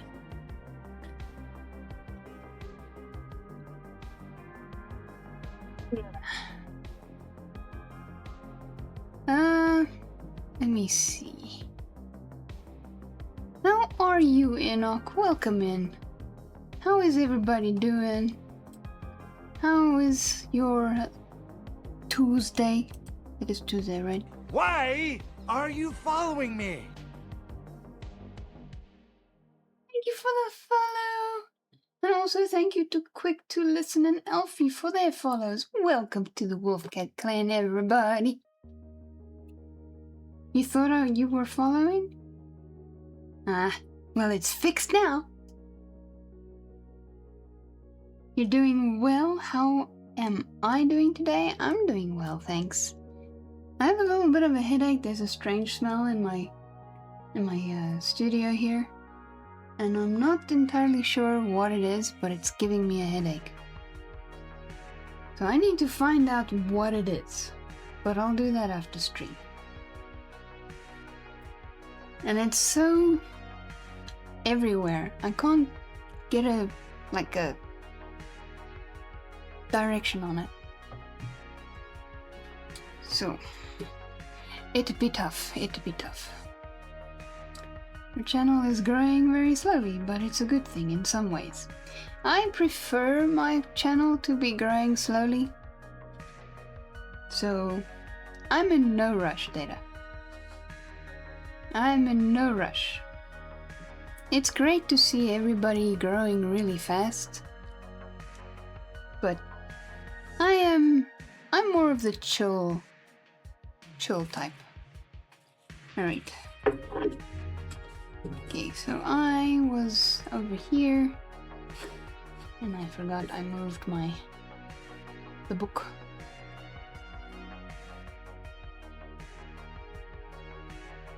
But yes, I'm doing well otherwise. It was a difficult day, but now I'm chilling with some WoW and your stream. Hope you're well. Thank you, I am well, thanks. And I hope you enjoy the stream. I suppose I should introduce myself. for those who don't know me, welcome in. I am MC Wolfcat, a chill variety Christian streamer all the way from South Africa.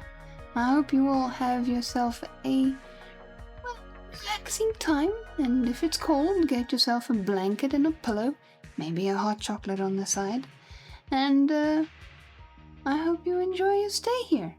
And relax. Enjoy the show. Just a heads up, I do sometimes struggle to read. These big words can be quite heavy sometimes. But I do my best. So, bear with me. Also, wow, some of the things they say in here is just ridiculous. But so far I'm having fun. We are about to sign papers to board the ship in Nantucket. So that's where we are in the story. Kan Afrikaans verstaan? Natuurlijk. Ek is Afrikaans. Oh, my eyes are itching all of a sudden.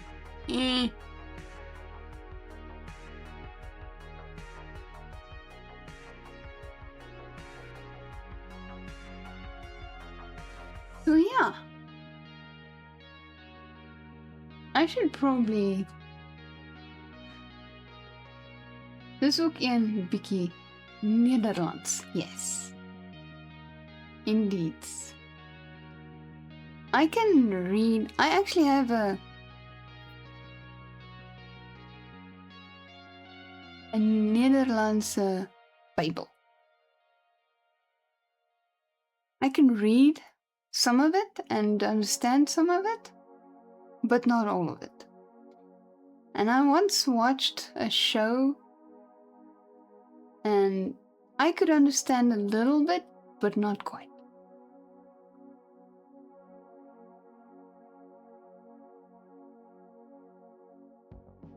Cool. Wat leuk. So nice.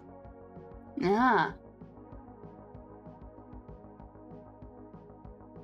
Is that what wat leuk means? Do we have that word? I'm sure we do, but I'm not sure what it means. But leuk is nice. I have an idea that in old Afrikaans that is the same. But I need to get my dictionary to make sure. But yeah, there's a lot of Nederlands in Afrikaans. Very much. And also nice, one of the other words in Afrikaans is mooi.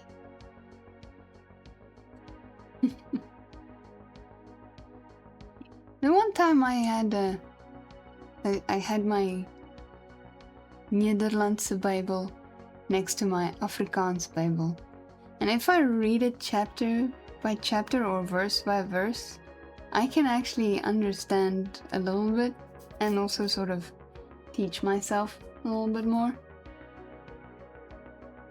I speak 3 languages: English, bad English, and holy crap. That's funny. And that one doesn't get old. Alrighty, let us reduce the volume again to number 5. No, not 4.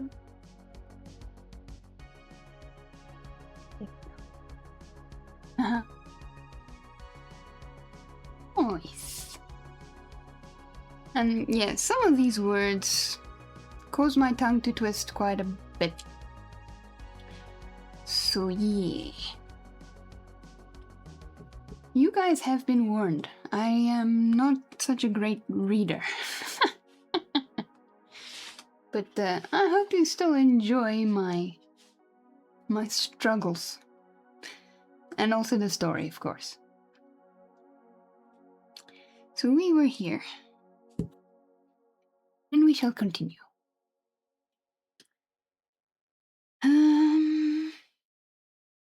Alright, so here he's talking about the captains and describing them.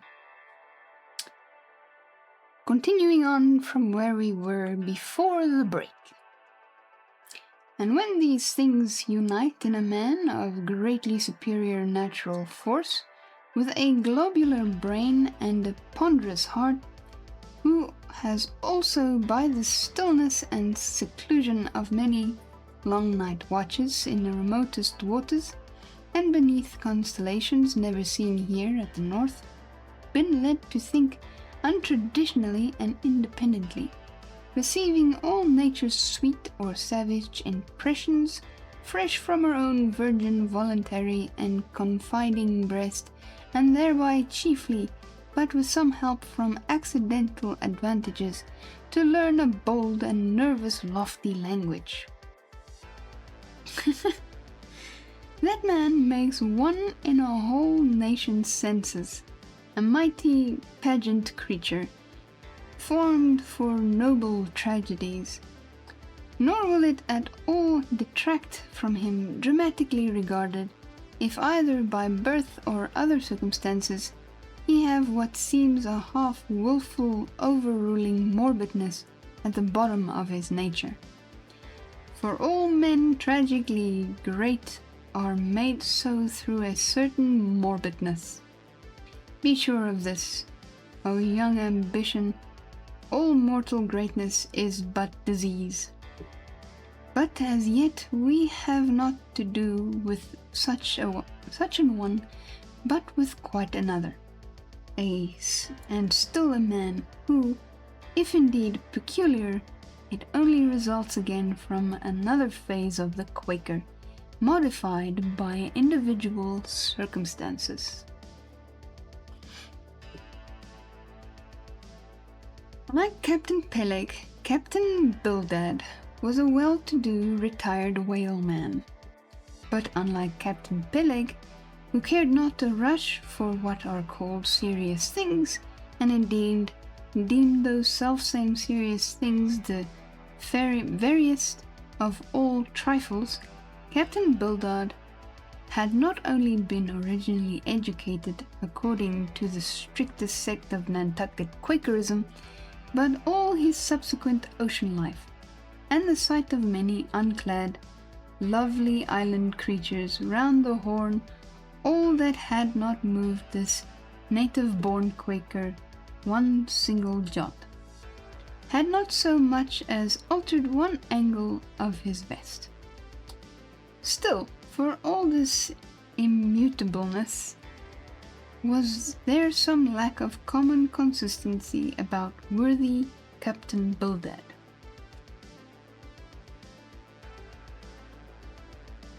Bullbayment night, so I will probably disappear soon. Alrighty, Data.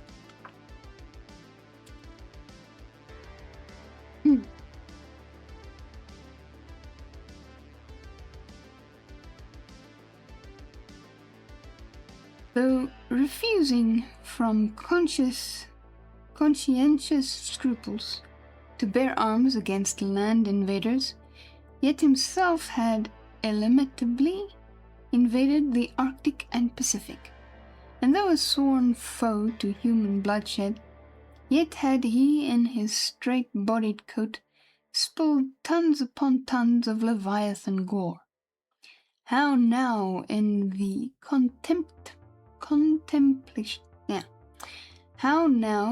contemplative evening of his days, the pious Bildad reconciled these things in the reminiscence, I do not know.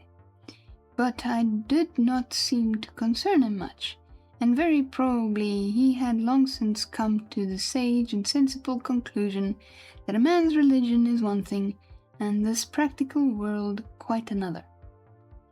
This world pays dividends, rising from a little cabin boy in short clothes of the drabbest drab to a harpooner in a broad shad-bellied waistcoat. From that becoming boat header, chief mate, and captain, and finally a ship owner. Bildad, as I hinted before, had concluded his adventurous career by wholly retiring from active life at the goodly age of 60, and dedicated his remaining days to the quiet receiving of his well-earned income. Now, Bildad, I am sorry to say, had the reputation of being an incorrigible old hunks, and in his sea-going days a bitter, hard taskmaster. They told me in Nantucket, though it recently seems a curious story, that when he sailed the old catgut whalemen, the crew, upon arriving home, were mostly all carried ashore to the hospital, sore, exhausted, and worn out. Now that's terrifying. Wow. For a pious man, especially for a Quaker, he was certainly rather hard-hearted, to say the least. He never used to swear, though at his men, they said, but somehow he got an inordinate quantity of cruel, unmitigated hard work out of them. When Bildad was a chief mate, to have his drab-colored eye intently looking at you made you feel completely nervous, I bet. Till you could clutch something, a hammer or a marling spike, and go to work like mad, at something or other, never mind what. Indolence and idleness perished before him. His own person was the exact embodiment of his utilitarian character. On his long, gaunt body he carried no spare flesh, no superfluous beard, his chin having a soft economical cap, or nap, to it, like that worn nap of his broad-brimmed hat. Such, then, was the person that I saw seated on the transom when I followed Captain Peleg down into the cabin, not captain. The space between the decks was small, and there, bolt upright, sat old Bildad, who always sat so, and never leaned, and this to save his coattails. His broad brim was placed beside him. Oh, he looks quite a serious man. Bildad, have you been studying those scriptures for the last 30 years?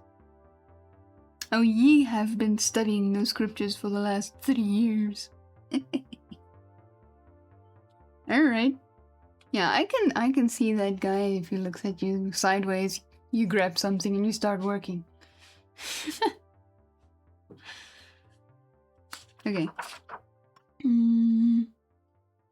His broad brim was placed beside him.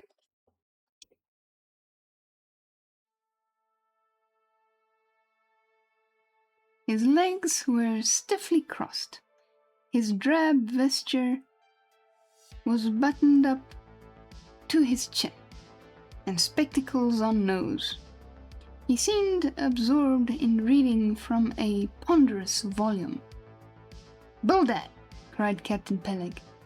"At it again, Bildad, eh? Ye have been studying those scriptures now for the last 30 years, to my certain knowledge. How far ye got, Bildad?" As if long habituated to such profane talk from his old shipmate, Bildad, without noticing his present irreverence, quietly looked up, and seeing me, glanced again inquiringly towards Peleg. "He says he's our man, Bildad," said Peleg. "He wants to ship." "Dost thee?" said Bildad, in a hollow tone, and turning around to me. "I dost," said I unconsciously. He was so intense, a Quaker.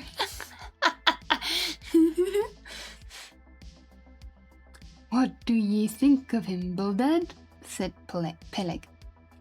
"He'll do," said Bildad, eyeing me, and then went on spelling away at his book in a mumbling tone, quite audible. I thought him the queerest old Quaker I ever saw, especially his Peleg. His friend, an old shipmate, seemed such a blusterer. But I said nothing, only looking around me sharply. Peleg now threw open a chest, and drawing forth the ship's articles, placed pen and ink before him, and seated himself at the little table. I began to think it was high time to settle with myself at what terms I would be willing to engage for the voyage. I was already aware that in the whaling business they paid no wages, but all hands, including the captain, received certain shares of the profits called leys,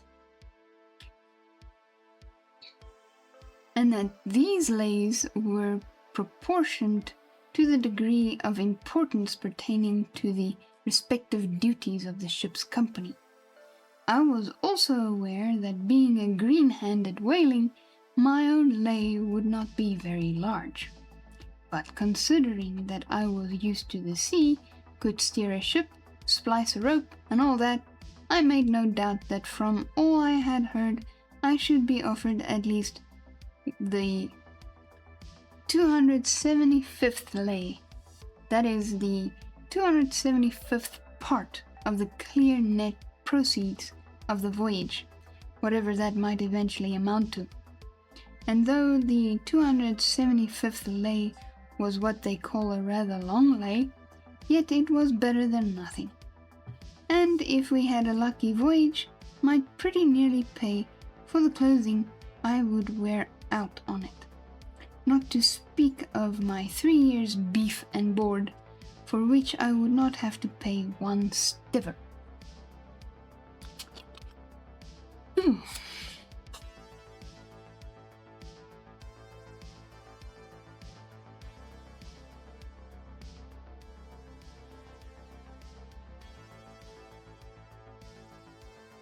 It might be thought that this was a poor way to accumulate a princely fortune, and so it was, a very poor way indeed. But I am one of those who never take on about princely fortunes, and I am quite content if the world is ready to board and lodge me, while I am putting up at this grim sign of the thundercloud. Upon the whole, I thought the 275th lay would be about the fair thing, but would not have been surprised had I been offered the 200th, considering I was a broad-shouldered make. But one thing, nevertheless, that made me a little distrustful about receiving a generous share of the profits was this. Ashore I had heard something of both Captain Peleg and his unaccountable old crony Bildad. How that they, being the principal proprietors of the Quickwad, therefore the other and more inconsiderable and scattered owners, left nearly the whole management of the ship's affairs to these two. And I did not know but what the stingy old Bildad might have a mighty deal to say about shipping hands, especially as I now found him on board the Pequod quite at home there in the cabin, and reading his Bible as if at his own fireside. Now while Peleg was vainly trying to mend a pen with his jackknife, old Bildad, to my no small surprise, considering that he was such an interested party in these proceedings, Bildad never heeded us, but went on mumbling to himself out of his book. Lay not up yourselves treasures upon earth, where moth... Well, Captain Bildad, interrupted Peleg, would ye say, what lay shall we give this young man? Thou knowest best, was the sepulchral reply. I need to write that down. I'm already going over to page 2 of all the words that we are learning from this here book. Sepulchral.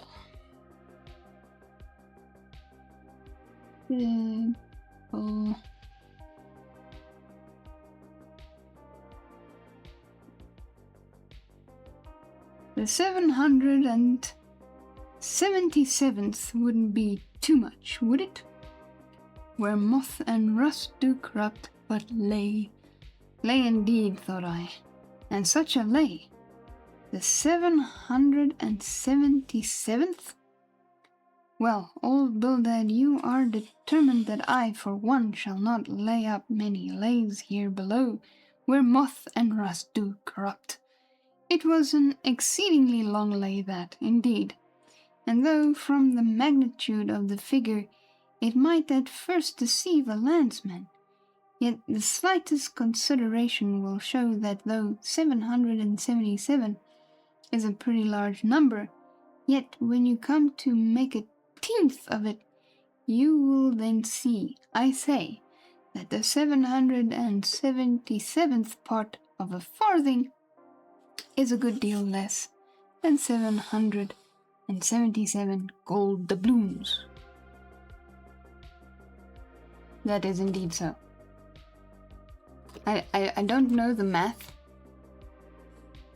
of these lays, but from what I've learned so far, is the bigger the number, the smaller the amount. Which is wild. And so I thought at the time. Why, blast your eyes, Bildad, cried Peleg. Thou dost not want to swindle this young man. He must have more than that. 777th, again said Bildad, without lifting his eyes, and then went on mumbling, for where your treasure is, there will your heart be also. I am going to put him down for the 300th, said Peleg. Do you hear that, Bildad? The 300th lay, I say. Bildad laid down his book, and turning solemnly towards him said, Captain Peleg, thou hast a generous heart, but thou must consider the duty thou owest to the other owners of this ship, widows and orphans, many of them, and that if we too abundantly reward the labors of this young man, we may be taking the bread from those widows and those orphans. The 777th lay, Captain Peleg. Thou, Bildad, roared Peleg, starting up and clattering about the cabin. Blast ye, Captain Bildad. If I had followed thy advice in these matters, I would afore now had a conscience to lug about that would be heavy enough to founder the largest ship that ever sailed around Cape Horn. Captain Peleg, said Bildad steadily, thy conscience may be drawing 10 inches of water or 10 fathoms, I can't tell, but as thou art still an impatient man, or impenitent, but as thou art still an impenitent man, Captain Peleg, I greatly fear lest thou conscience be but a leaky one, and will in the end sink thee foundering down to the fiery pit, Captain Peleg. Jeepers, now they are they're arguing about what they're gonna pay our poor fellow here. Mighty good, but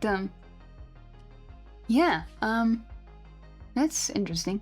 Is this not the stuff you discuss in front of future employees?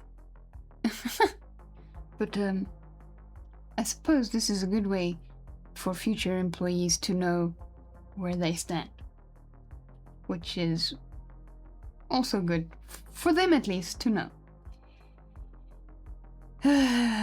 But this argument is getting really fired up. Fiery pit? Fiery pit? Ye insult me, man. Past all natural bearing, ye insult me. It's an old fired outrage to tell any human creature that he's bound to hell. Flukes and flames, Bildad, say that again to me, and start my soul bolts. But I'll swallow a live goat with all his hair and horns on. Out of the cabin, ye canting, drab-colored son of a wooden gun. A straight wake with ye. So sounded like he was saying, "Get out of here!" As he thundered out this, he made a rush at Bildad, but with a marvelous oblique, sliding celerity. Bildad for that time eluded him. Alarmed at this terrible outburst between the two principal and responsible owners of the ship, and feeling half a mind to give up all idea of sailing in a vessel questionably owned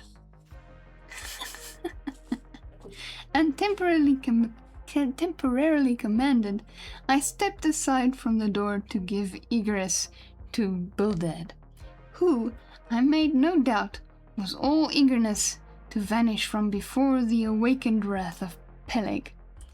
But to my astonishment he sat down again on the transom very quietly, and seemed to have not the slightest intention of withdrawing. He seemed quite used to impenitent Peleg and his ways. As for Peleg, after letting off his rage as he had, there seemed no more left in him, and he, too, sat down like a lamb, though he twitched a little as if still nervously agitated. "Whew!" he whistled at last.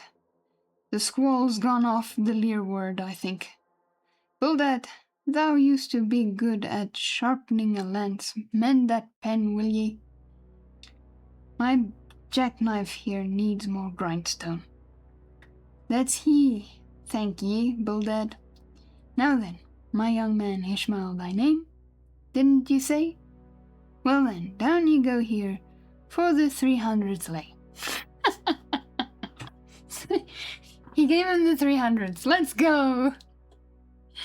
"Captain Peleg," said I. No, wait. Okay, now I know who it is.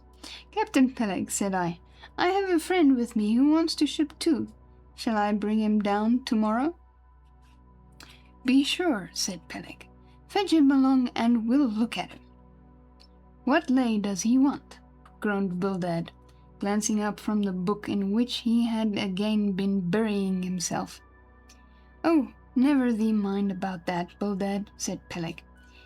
"Has he ever whaled it any?" turning to me. "Killed more whales than I can count, Captain Peleg." "Well, bring him along then." And after signing the papers, off I went, nothing doubting but that I had done a good morning's work, and that the Pequod was the identical ship that Yojo had provided to carry Queequeg and me around the Cape. But I had not proceeded far when I began to bethink me that the captain with whom I was to sail yet remained unseen by me, though indeed in many cases a whale ship will be completely fitted out and received all her crew on board ere the captain make himself visible by arriving to take command. Makes sense. For sometimes these voyages are so prolonged, and the shore intervals at home so exceedingly brief, that if the captain have a family, or any absorbing concernment of that sort, he does not trouble himself much about his ship in port, but leaves her to the owners till all is ready for sea. However, it is always as well to have a look at him before irrevocably committing yourself into his hands. Turning back, I accosted Captain Peleg in inquiring where Captain Ahab was to be found. "And what dost thou want of Captain Ahab? It's all right enough. Thou art shipped." "Yes, but I should like to see him." "But I don't think thou wilt be able to at present. I don't know exactly what's the matter with him, but he keeps close inside the house. A sort of sick, and yet he don't look so. In fact, he ain't sick, but no, he isn't well either. Anyhow, young man, he won't always see me, so I don't suppose he will thee. He's a queer man, Captain Ahab, so some think, but a good one. Oh, thou'lt like him well enough. No fear, no fear. He's a grand, ungodly, godlike man. Captain Ahab doesn't speak much, but when he does speak, Then you may well listen. Mark ye, be forewarned. Ahab's above the common. Ahab's been in colleges or colleges. I don't know how to say this word. Don't know.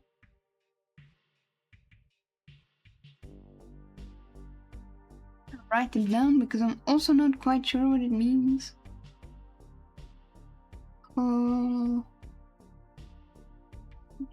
I'm just gonna say colleagues. Colleagues. Well, I don't know. Ahab's been in colleagues as well as among the cannibals. Been used to deeper wonders than the waves. Fixed his fiery lance in mightier, stranger foes than whales. His lance, aye, the keenest and surest that out of all our isles. Oh, he ain't Captain Bildad, no, and he ain't Captain Peleg. He's Ahab, boy, and Ahab of old, thou knowest, was a crowned king, and a very vile one. When that wicked king was slain, the dogs did they not lick his blood? Come hither to me, hither, said Peleg, with a significance in his eye that almost startled me. Look ye, lad, never say that on board the Pequod. Never say it anywhere. Captain Ahab did not name himself. 'Twas a foolish, ignorant whim of his crazy widowed mother, who died when he was only a 12-month old. And yet the old squaw, Tistig, at Greyhead, said that the name would somehow prove prophetic. And perhaps other fools like her may tell thee the same.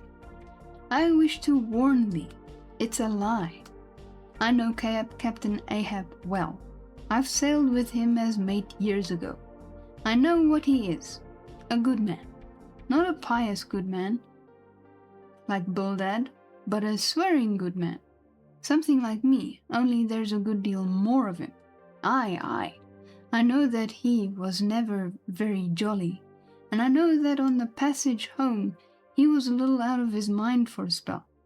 But it was the sharp-shooting pains in his bleeding stump that brought that about. And as anyone might see, I know too, that ever since he lost his leg last voyage by that accursed whale, he's been kind of moody. Yeah, I think I would be moody too. Desperate moody and savage sometimes. But that will all pass off. And once for all, let me tell thee and assure thee, young man, it's better to sail with a moody good captain than a laughing bad one. So goodbye to thee, and wrong not Captain Ahab, because he happens to have a wicked name. Besides, my boy, he has a wife. Not 3 voyages wedded, a sweet, resigned girl. Think of that. By that sweet girl that old man had a child. Hold ye then there can be any utter, hopeless harm in Ahab? No, my lad, stricken blasted if he be. Ahab has his humanities. So he's just saying this guy is he's like salt of the earth kind of like dudes, which is kind of nice. As I walked away, I was full of thoughtfulness. What had been incidentally revealed to me of Captain Ahab filled me with a certain wild vagueness of painfulness concerning him.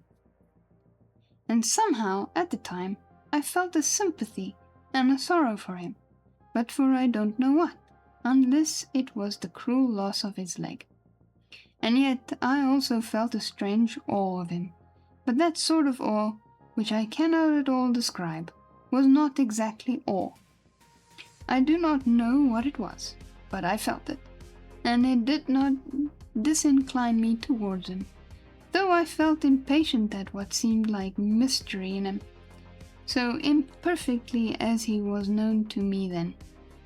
However, my thoughts were at length carried in other directions, so that for the present dark Ahab slipped my mind.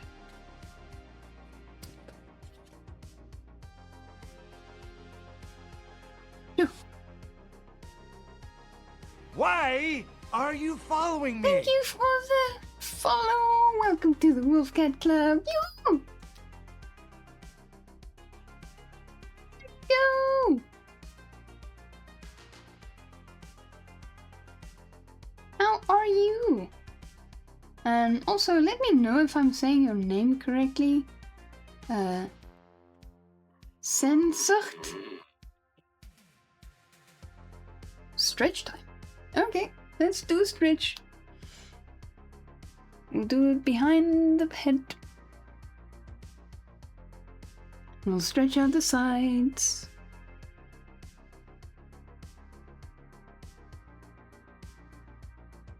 Loosen up the shoulders a bit. Thank you for that, Jen. And we'll also do a little bit of a twist.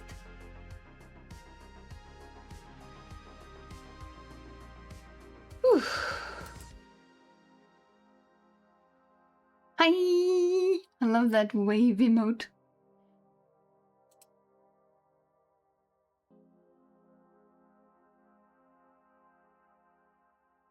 Many call me Sen. Rhymes with Jen. Nice to meet you. Lovely read. Thank you. Thank you.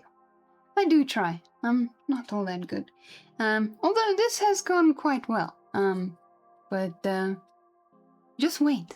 The tongue twisting will come.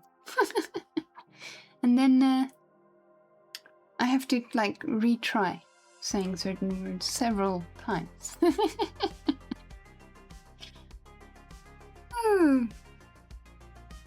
But yeah, Edward is gonna start in a minute or so. Well, a few seconds actually. Well, at least I won't feel alone in my struggles. I feel that reading is hard, especially reading out loud, right? And also the classics. It's a good endeavor to read the classics. I think so too. I shall wait until the ad break is over. It's a good time for me to take a breather as well. And hydrate. You guys must hydrate.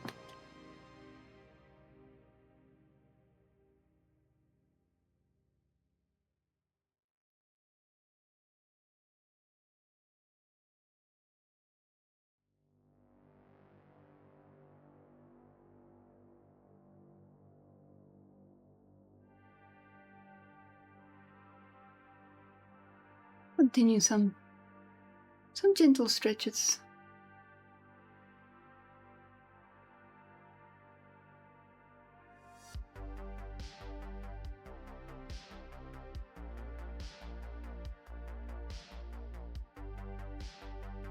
Especially since I'm reading, the neck is a good one to give some stretches to.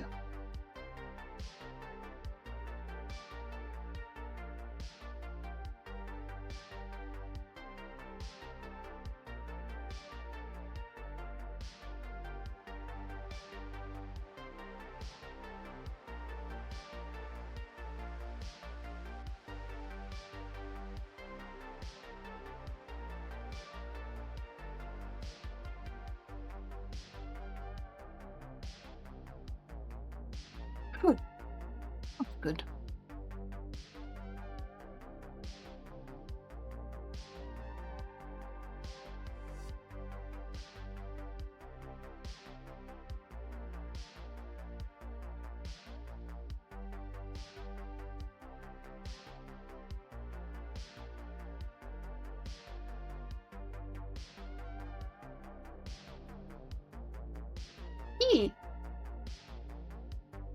Few more seconds left for our ad break.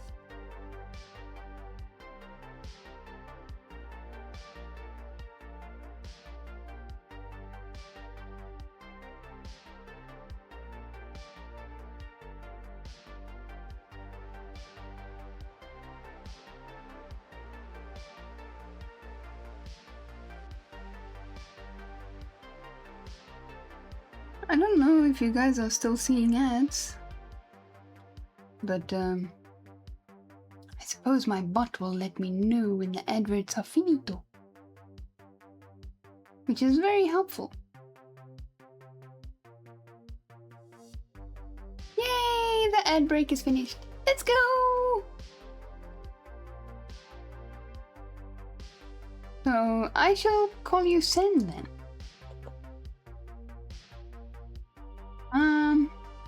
Do you also read classics? Or what do you read? That's actually a good question. Jen, what do you read? Everybody else in chat, what do you read? I would like to know what stories are you guys currently reading, or is planning to read, or have read. I always find it interesting.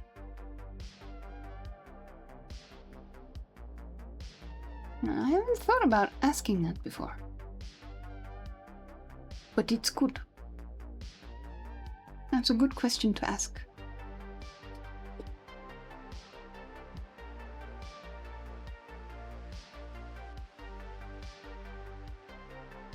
Just a Bible for me. I won't read anything else until I've read the whole thing once. That's actually a good goal. I was thinking about doing the same, but then I thought, nah, should be fine. I'm reading The Witcher 1 Last Wish. After playing the game, I wanted to know more of the lore. Ooh. I used to read a lot of the classics. I loved Fyodor Dostoevsky. I don't think I've heard that name. Gonna have to look that up.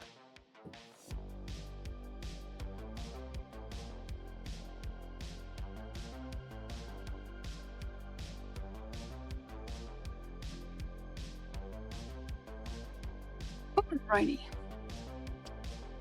Let us continue. I had a fairly good long break there. Might as well continue. Chapter 17. We are really running through these chapters. Chapter 17. The Ramadan. Ramadan. Ramadan? Or Ramadan?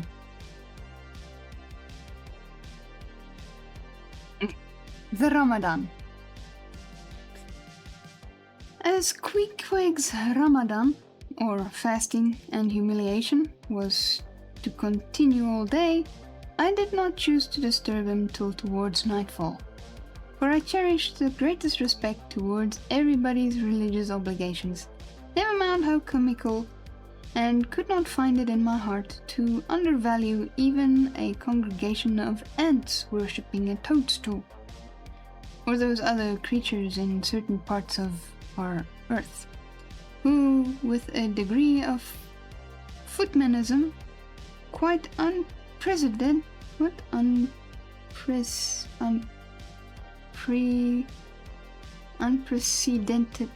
unprecedented, there we go.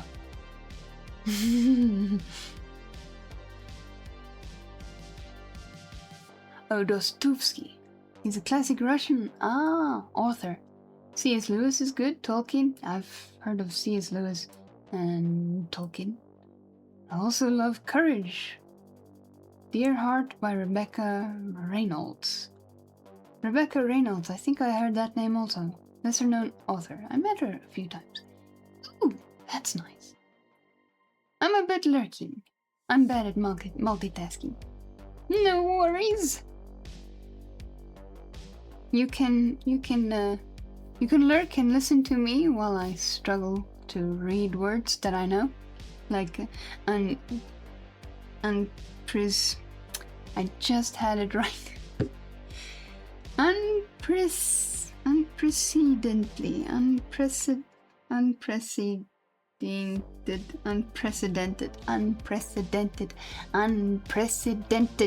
Yeah.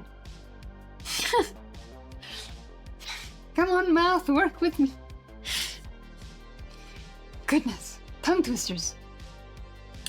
All right.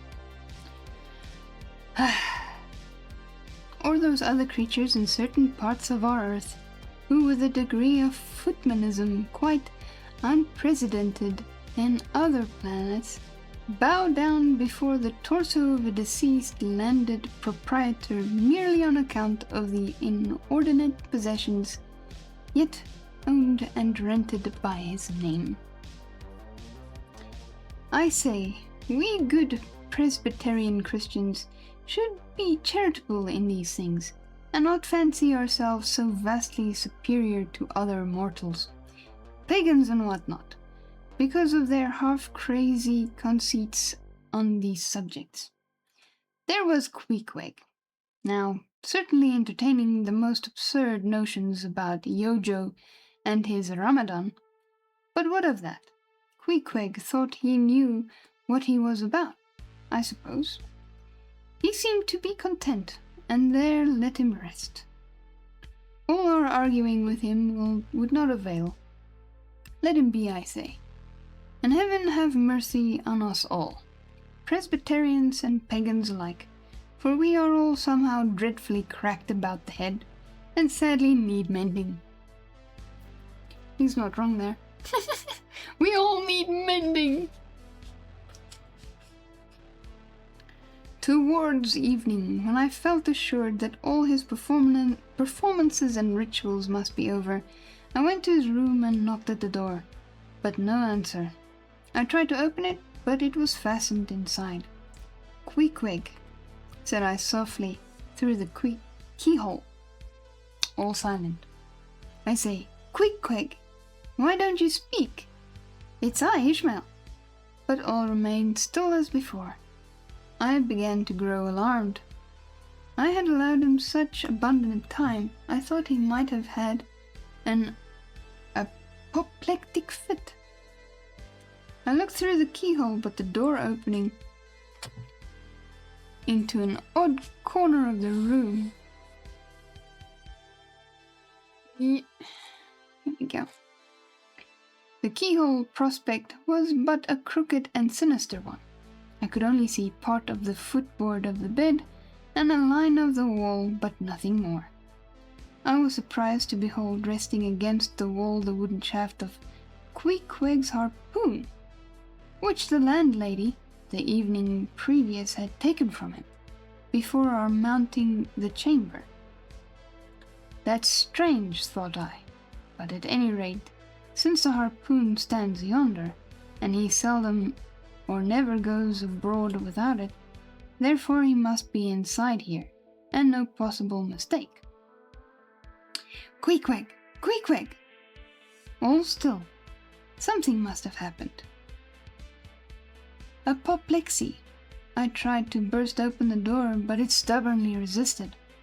Running downstairs, I quickly stated my suspicions to the first person I met, the chambermaid. La la, she cried. I thought something must be the matter. I went to make the bed after breakfast and the door was locked. And not a mouse to be heard, and it's been just so silent ever since. But I thought, maybe, you had both gone off and locked your baggage in for safekeeping. La la, ma'am! Mistress! Murder! Mrs. Hussey! Apoplexy! And with these cries she ran towards the kitchen, I following. Mrs. Hussey soon appeared, with a mustard pot in one hand and a vinegar cruet in the other, having just broken away from the occupation attending to the castors and scolding her little black boy meantime. Woodhouse, cried I, which way to it? Run, for God's sake, sir. Fetch something to pry open the door. The axe! The axe! He's had a stroke. depend upon it. And so saying, I was unmethodically rushing upstairs, again empty-handed, when Mrs. Hussey interposed the mustard pot and vinegar cruet and the entire castor of her countenance. "What's the matter with you, young man? Get the axe. For God's sake, run for the doctor, someone, while I pry it open." "Look here," said the landlady, quickly putting down the vinegar cruet so as to have one hand free. "Look here, are you talking about prying open any of my doors?" And with that she seized my arm. "What's the matter with you? What's the matter with you, shipmate?" In as calm but rapid a manner as possible, I gave her to understand the whole case, unconsciously clapping the vinegar cruet to one side of her nose. She ruminated for an instant, then exclaimed, "No, I haven't seen it since I put it there." Run to a little closet under the landing of the stairs, she glanced in, and returning, told me that Queequeg's harpoon was missing. "He's killed himself," she cried. It's unfortunate Stiggs done over again. There goes another counterpane. God pity his poor mother. It will be the ruin of my house. Has the poor lad a sister? Where's that girl? There, Betty, go to Snarls the painter, and tell him to paint me a sign, with no suicides permitted here, and no smoking in the parlor. Might as well kill both birds at once. Kill? The landlord be merciful to his ghost. What's the noise there? You young man, avast there?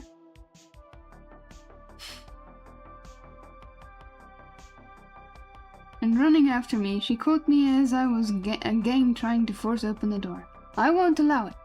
I won't have my premises spoiled. Go for the locksmith. There's one about a mile from here. But avast!" Putting her hand in her side pocket. "Here's a key that'll fit, I guess. Let's see."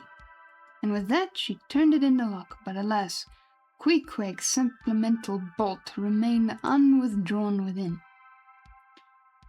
"Have to burst it open," said I, and was running down the entry a little, for a good start, when the landlady caught at me, again vowing I should not break down her premises. But I tore from her, and with a sudden bodily rush, dashed myself full against the mark. With a prodigious noise the door flew open, and the knob slamming against the wall sent the plaster to the ceiling, and there, good heavens, there sat Queequeg, altogether cool on his hams, and holding Yojo on top of his head. He looked neither one way nor the other way, but sat like a carved image, with scarce a sign of active life. "Queequeg," said I, going up to him. "Queequeg, what's the matter with you?" "He ain't been a-sittin' so all day, has he?" said the landlady. But all we said, not a word, could we drag out of him. I almost felt pushing him over so as to change his position, for it was almost intolerable to see. It seemed so painfully and unnaturally constrained, especially as in all probability he had been sitting so for upwards of 8 or 10 hours, going too without his regular meals. So this guy has everybody up in arms, only to find Queequeg sitting on the bed with his idol on top of his head. Hey, wait, was that a poem?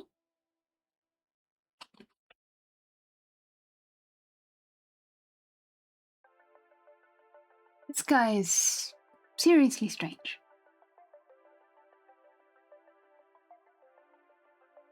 And there sat Queequeg, altogether cool, holding Yojo on top of his head.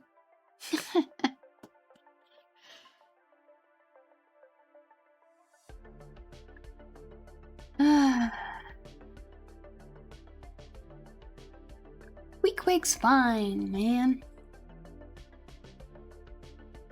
"Mrs. Hussey," said I, He's alive at all events. So leave us if you please, and I will see to this strange affair myself. Closing the door upon the landlady, I endeavoured to prevail upon Queequeg to take a chair, but in vain. There he sat, and all he could do, for all my polite arts of blandishments, he would not move a peg, nor say a single word, nor even look at me, nor notice my presence in the slightest way. I wonder, thought I, if this can possibly be a part of his Ramadan. Do they fast on their hams that way in his native lands? It must be so. Yes, it's a part of his creed, I suppose. Well then, let him rest. He'll get up sooner or later, no doubt. It can't last forever, thank God. And his Ramadan only comes once a year, and I don't believe it's very punctual then. Oh my goodness. My nose is troublesome today.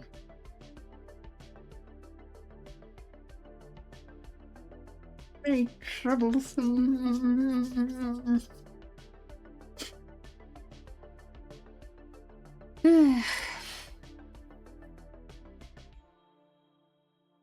I went down for supper, after sitting a long time listening to the long stories of some sailors who had just come from a plum pudding voyage, as they called it, that is, a short whaling voyage in a schooner or brig, confined to the north of the line in the Atlantic Ocean only. After listening to these plum puddingers till nearly 11 o'clock, I went upstairs to go to bed, feeling quite sure by this time Queequeg must certainly have brought his Ramadan to a termination. But no, there he was just where I had left him. He had not stirred an inch. I began to grow vexed with him. It seemed so downright senseless and insane to be sitting there all day and half the night on his hams in a cold room, holding a piece of wood on his head. For heaven's sake, Queequeg, get up and shake yourself. Get up and have some supper. You'll starve. You'll kill yourself, Queequeg. But not a word did he reply. Despairing of him, therefore, I determined to go to bed and sleep, and no doubt, before a great while, he would follow me. But previous to turning in, I took my heavy bearskin jacket and threw it over him, as it promised to be a very cold night, and he had nothing but his ordinary round jacket on. For some time, do all I would, I could not get into the faintest doze. I had blown out the candle, and the mere thought of Queequeg, not 4 feet off, sitting there in that uneasy position, stark alone in the cold and dark. This made me really wretched. Think of it, sleeping all night in the same room with a wide awake pagan on his hams in this dreary, unaccountable Ramadan. Yeah, it is quite the experience, that. But somehow I dropped off at last and knew nothing more till break of day, when looking over the bedside, there squatted Queequeg, as if he had been screwed down to the floor. But as soon as the first glimpse of sun entered the window, up he got, with stiff grating joints, but with a cheerful look, limped towards me where I lay, pressed his forehead against mine, and said his Ramadan was over.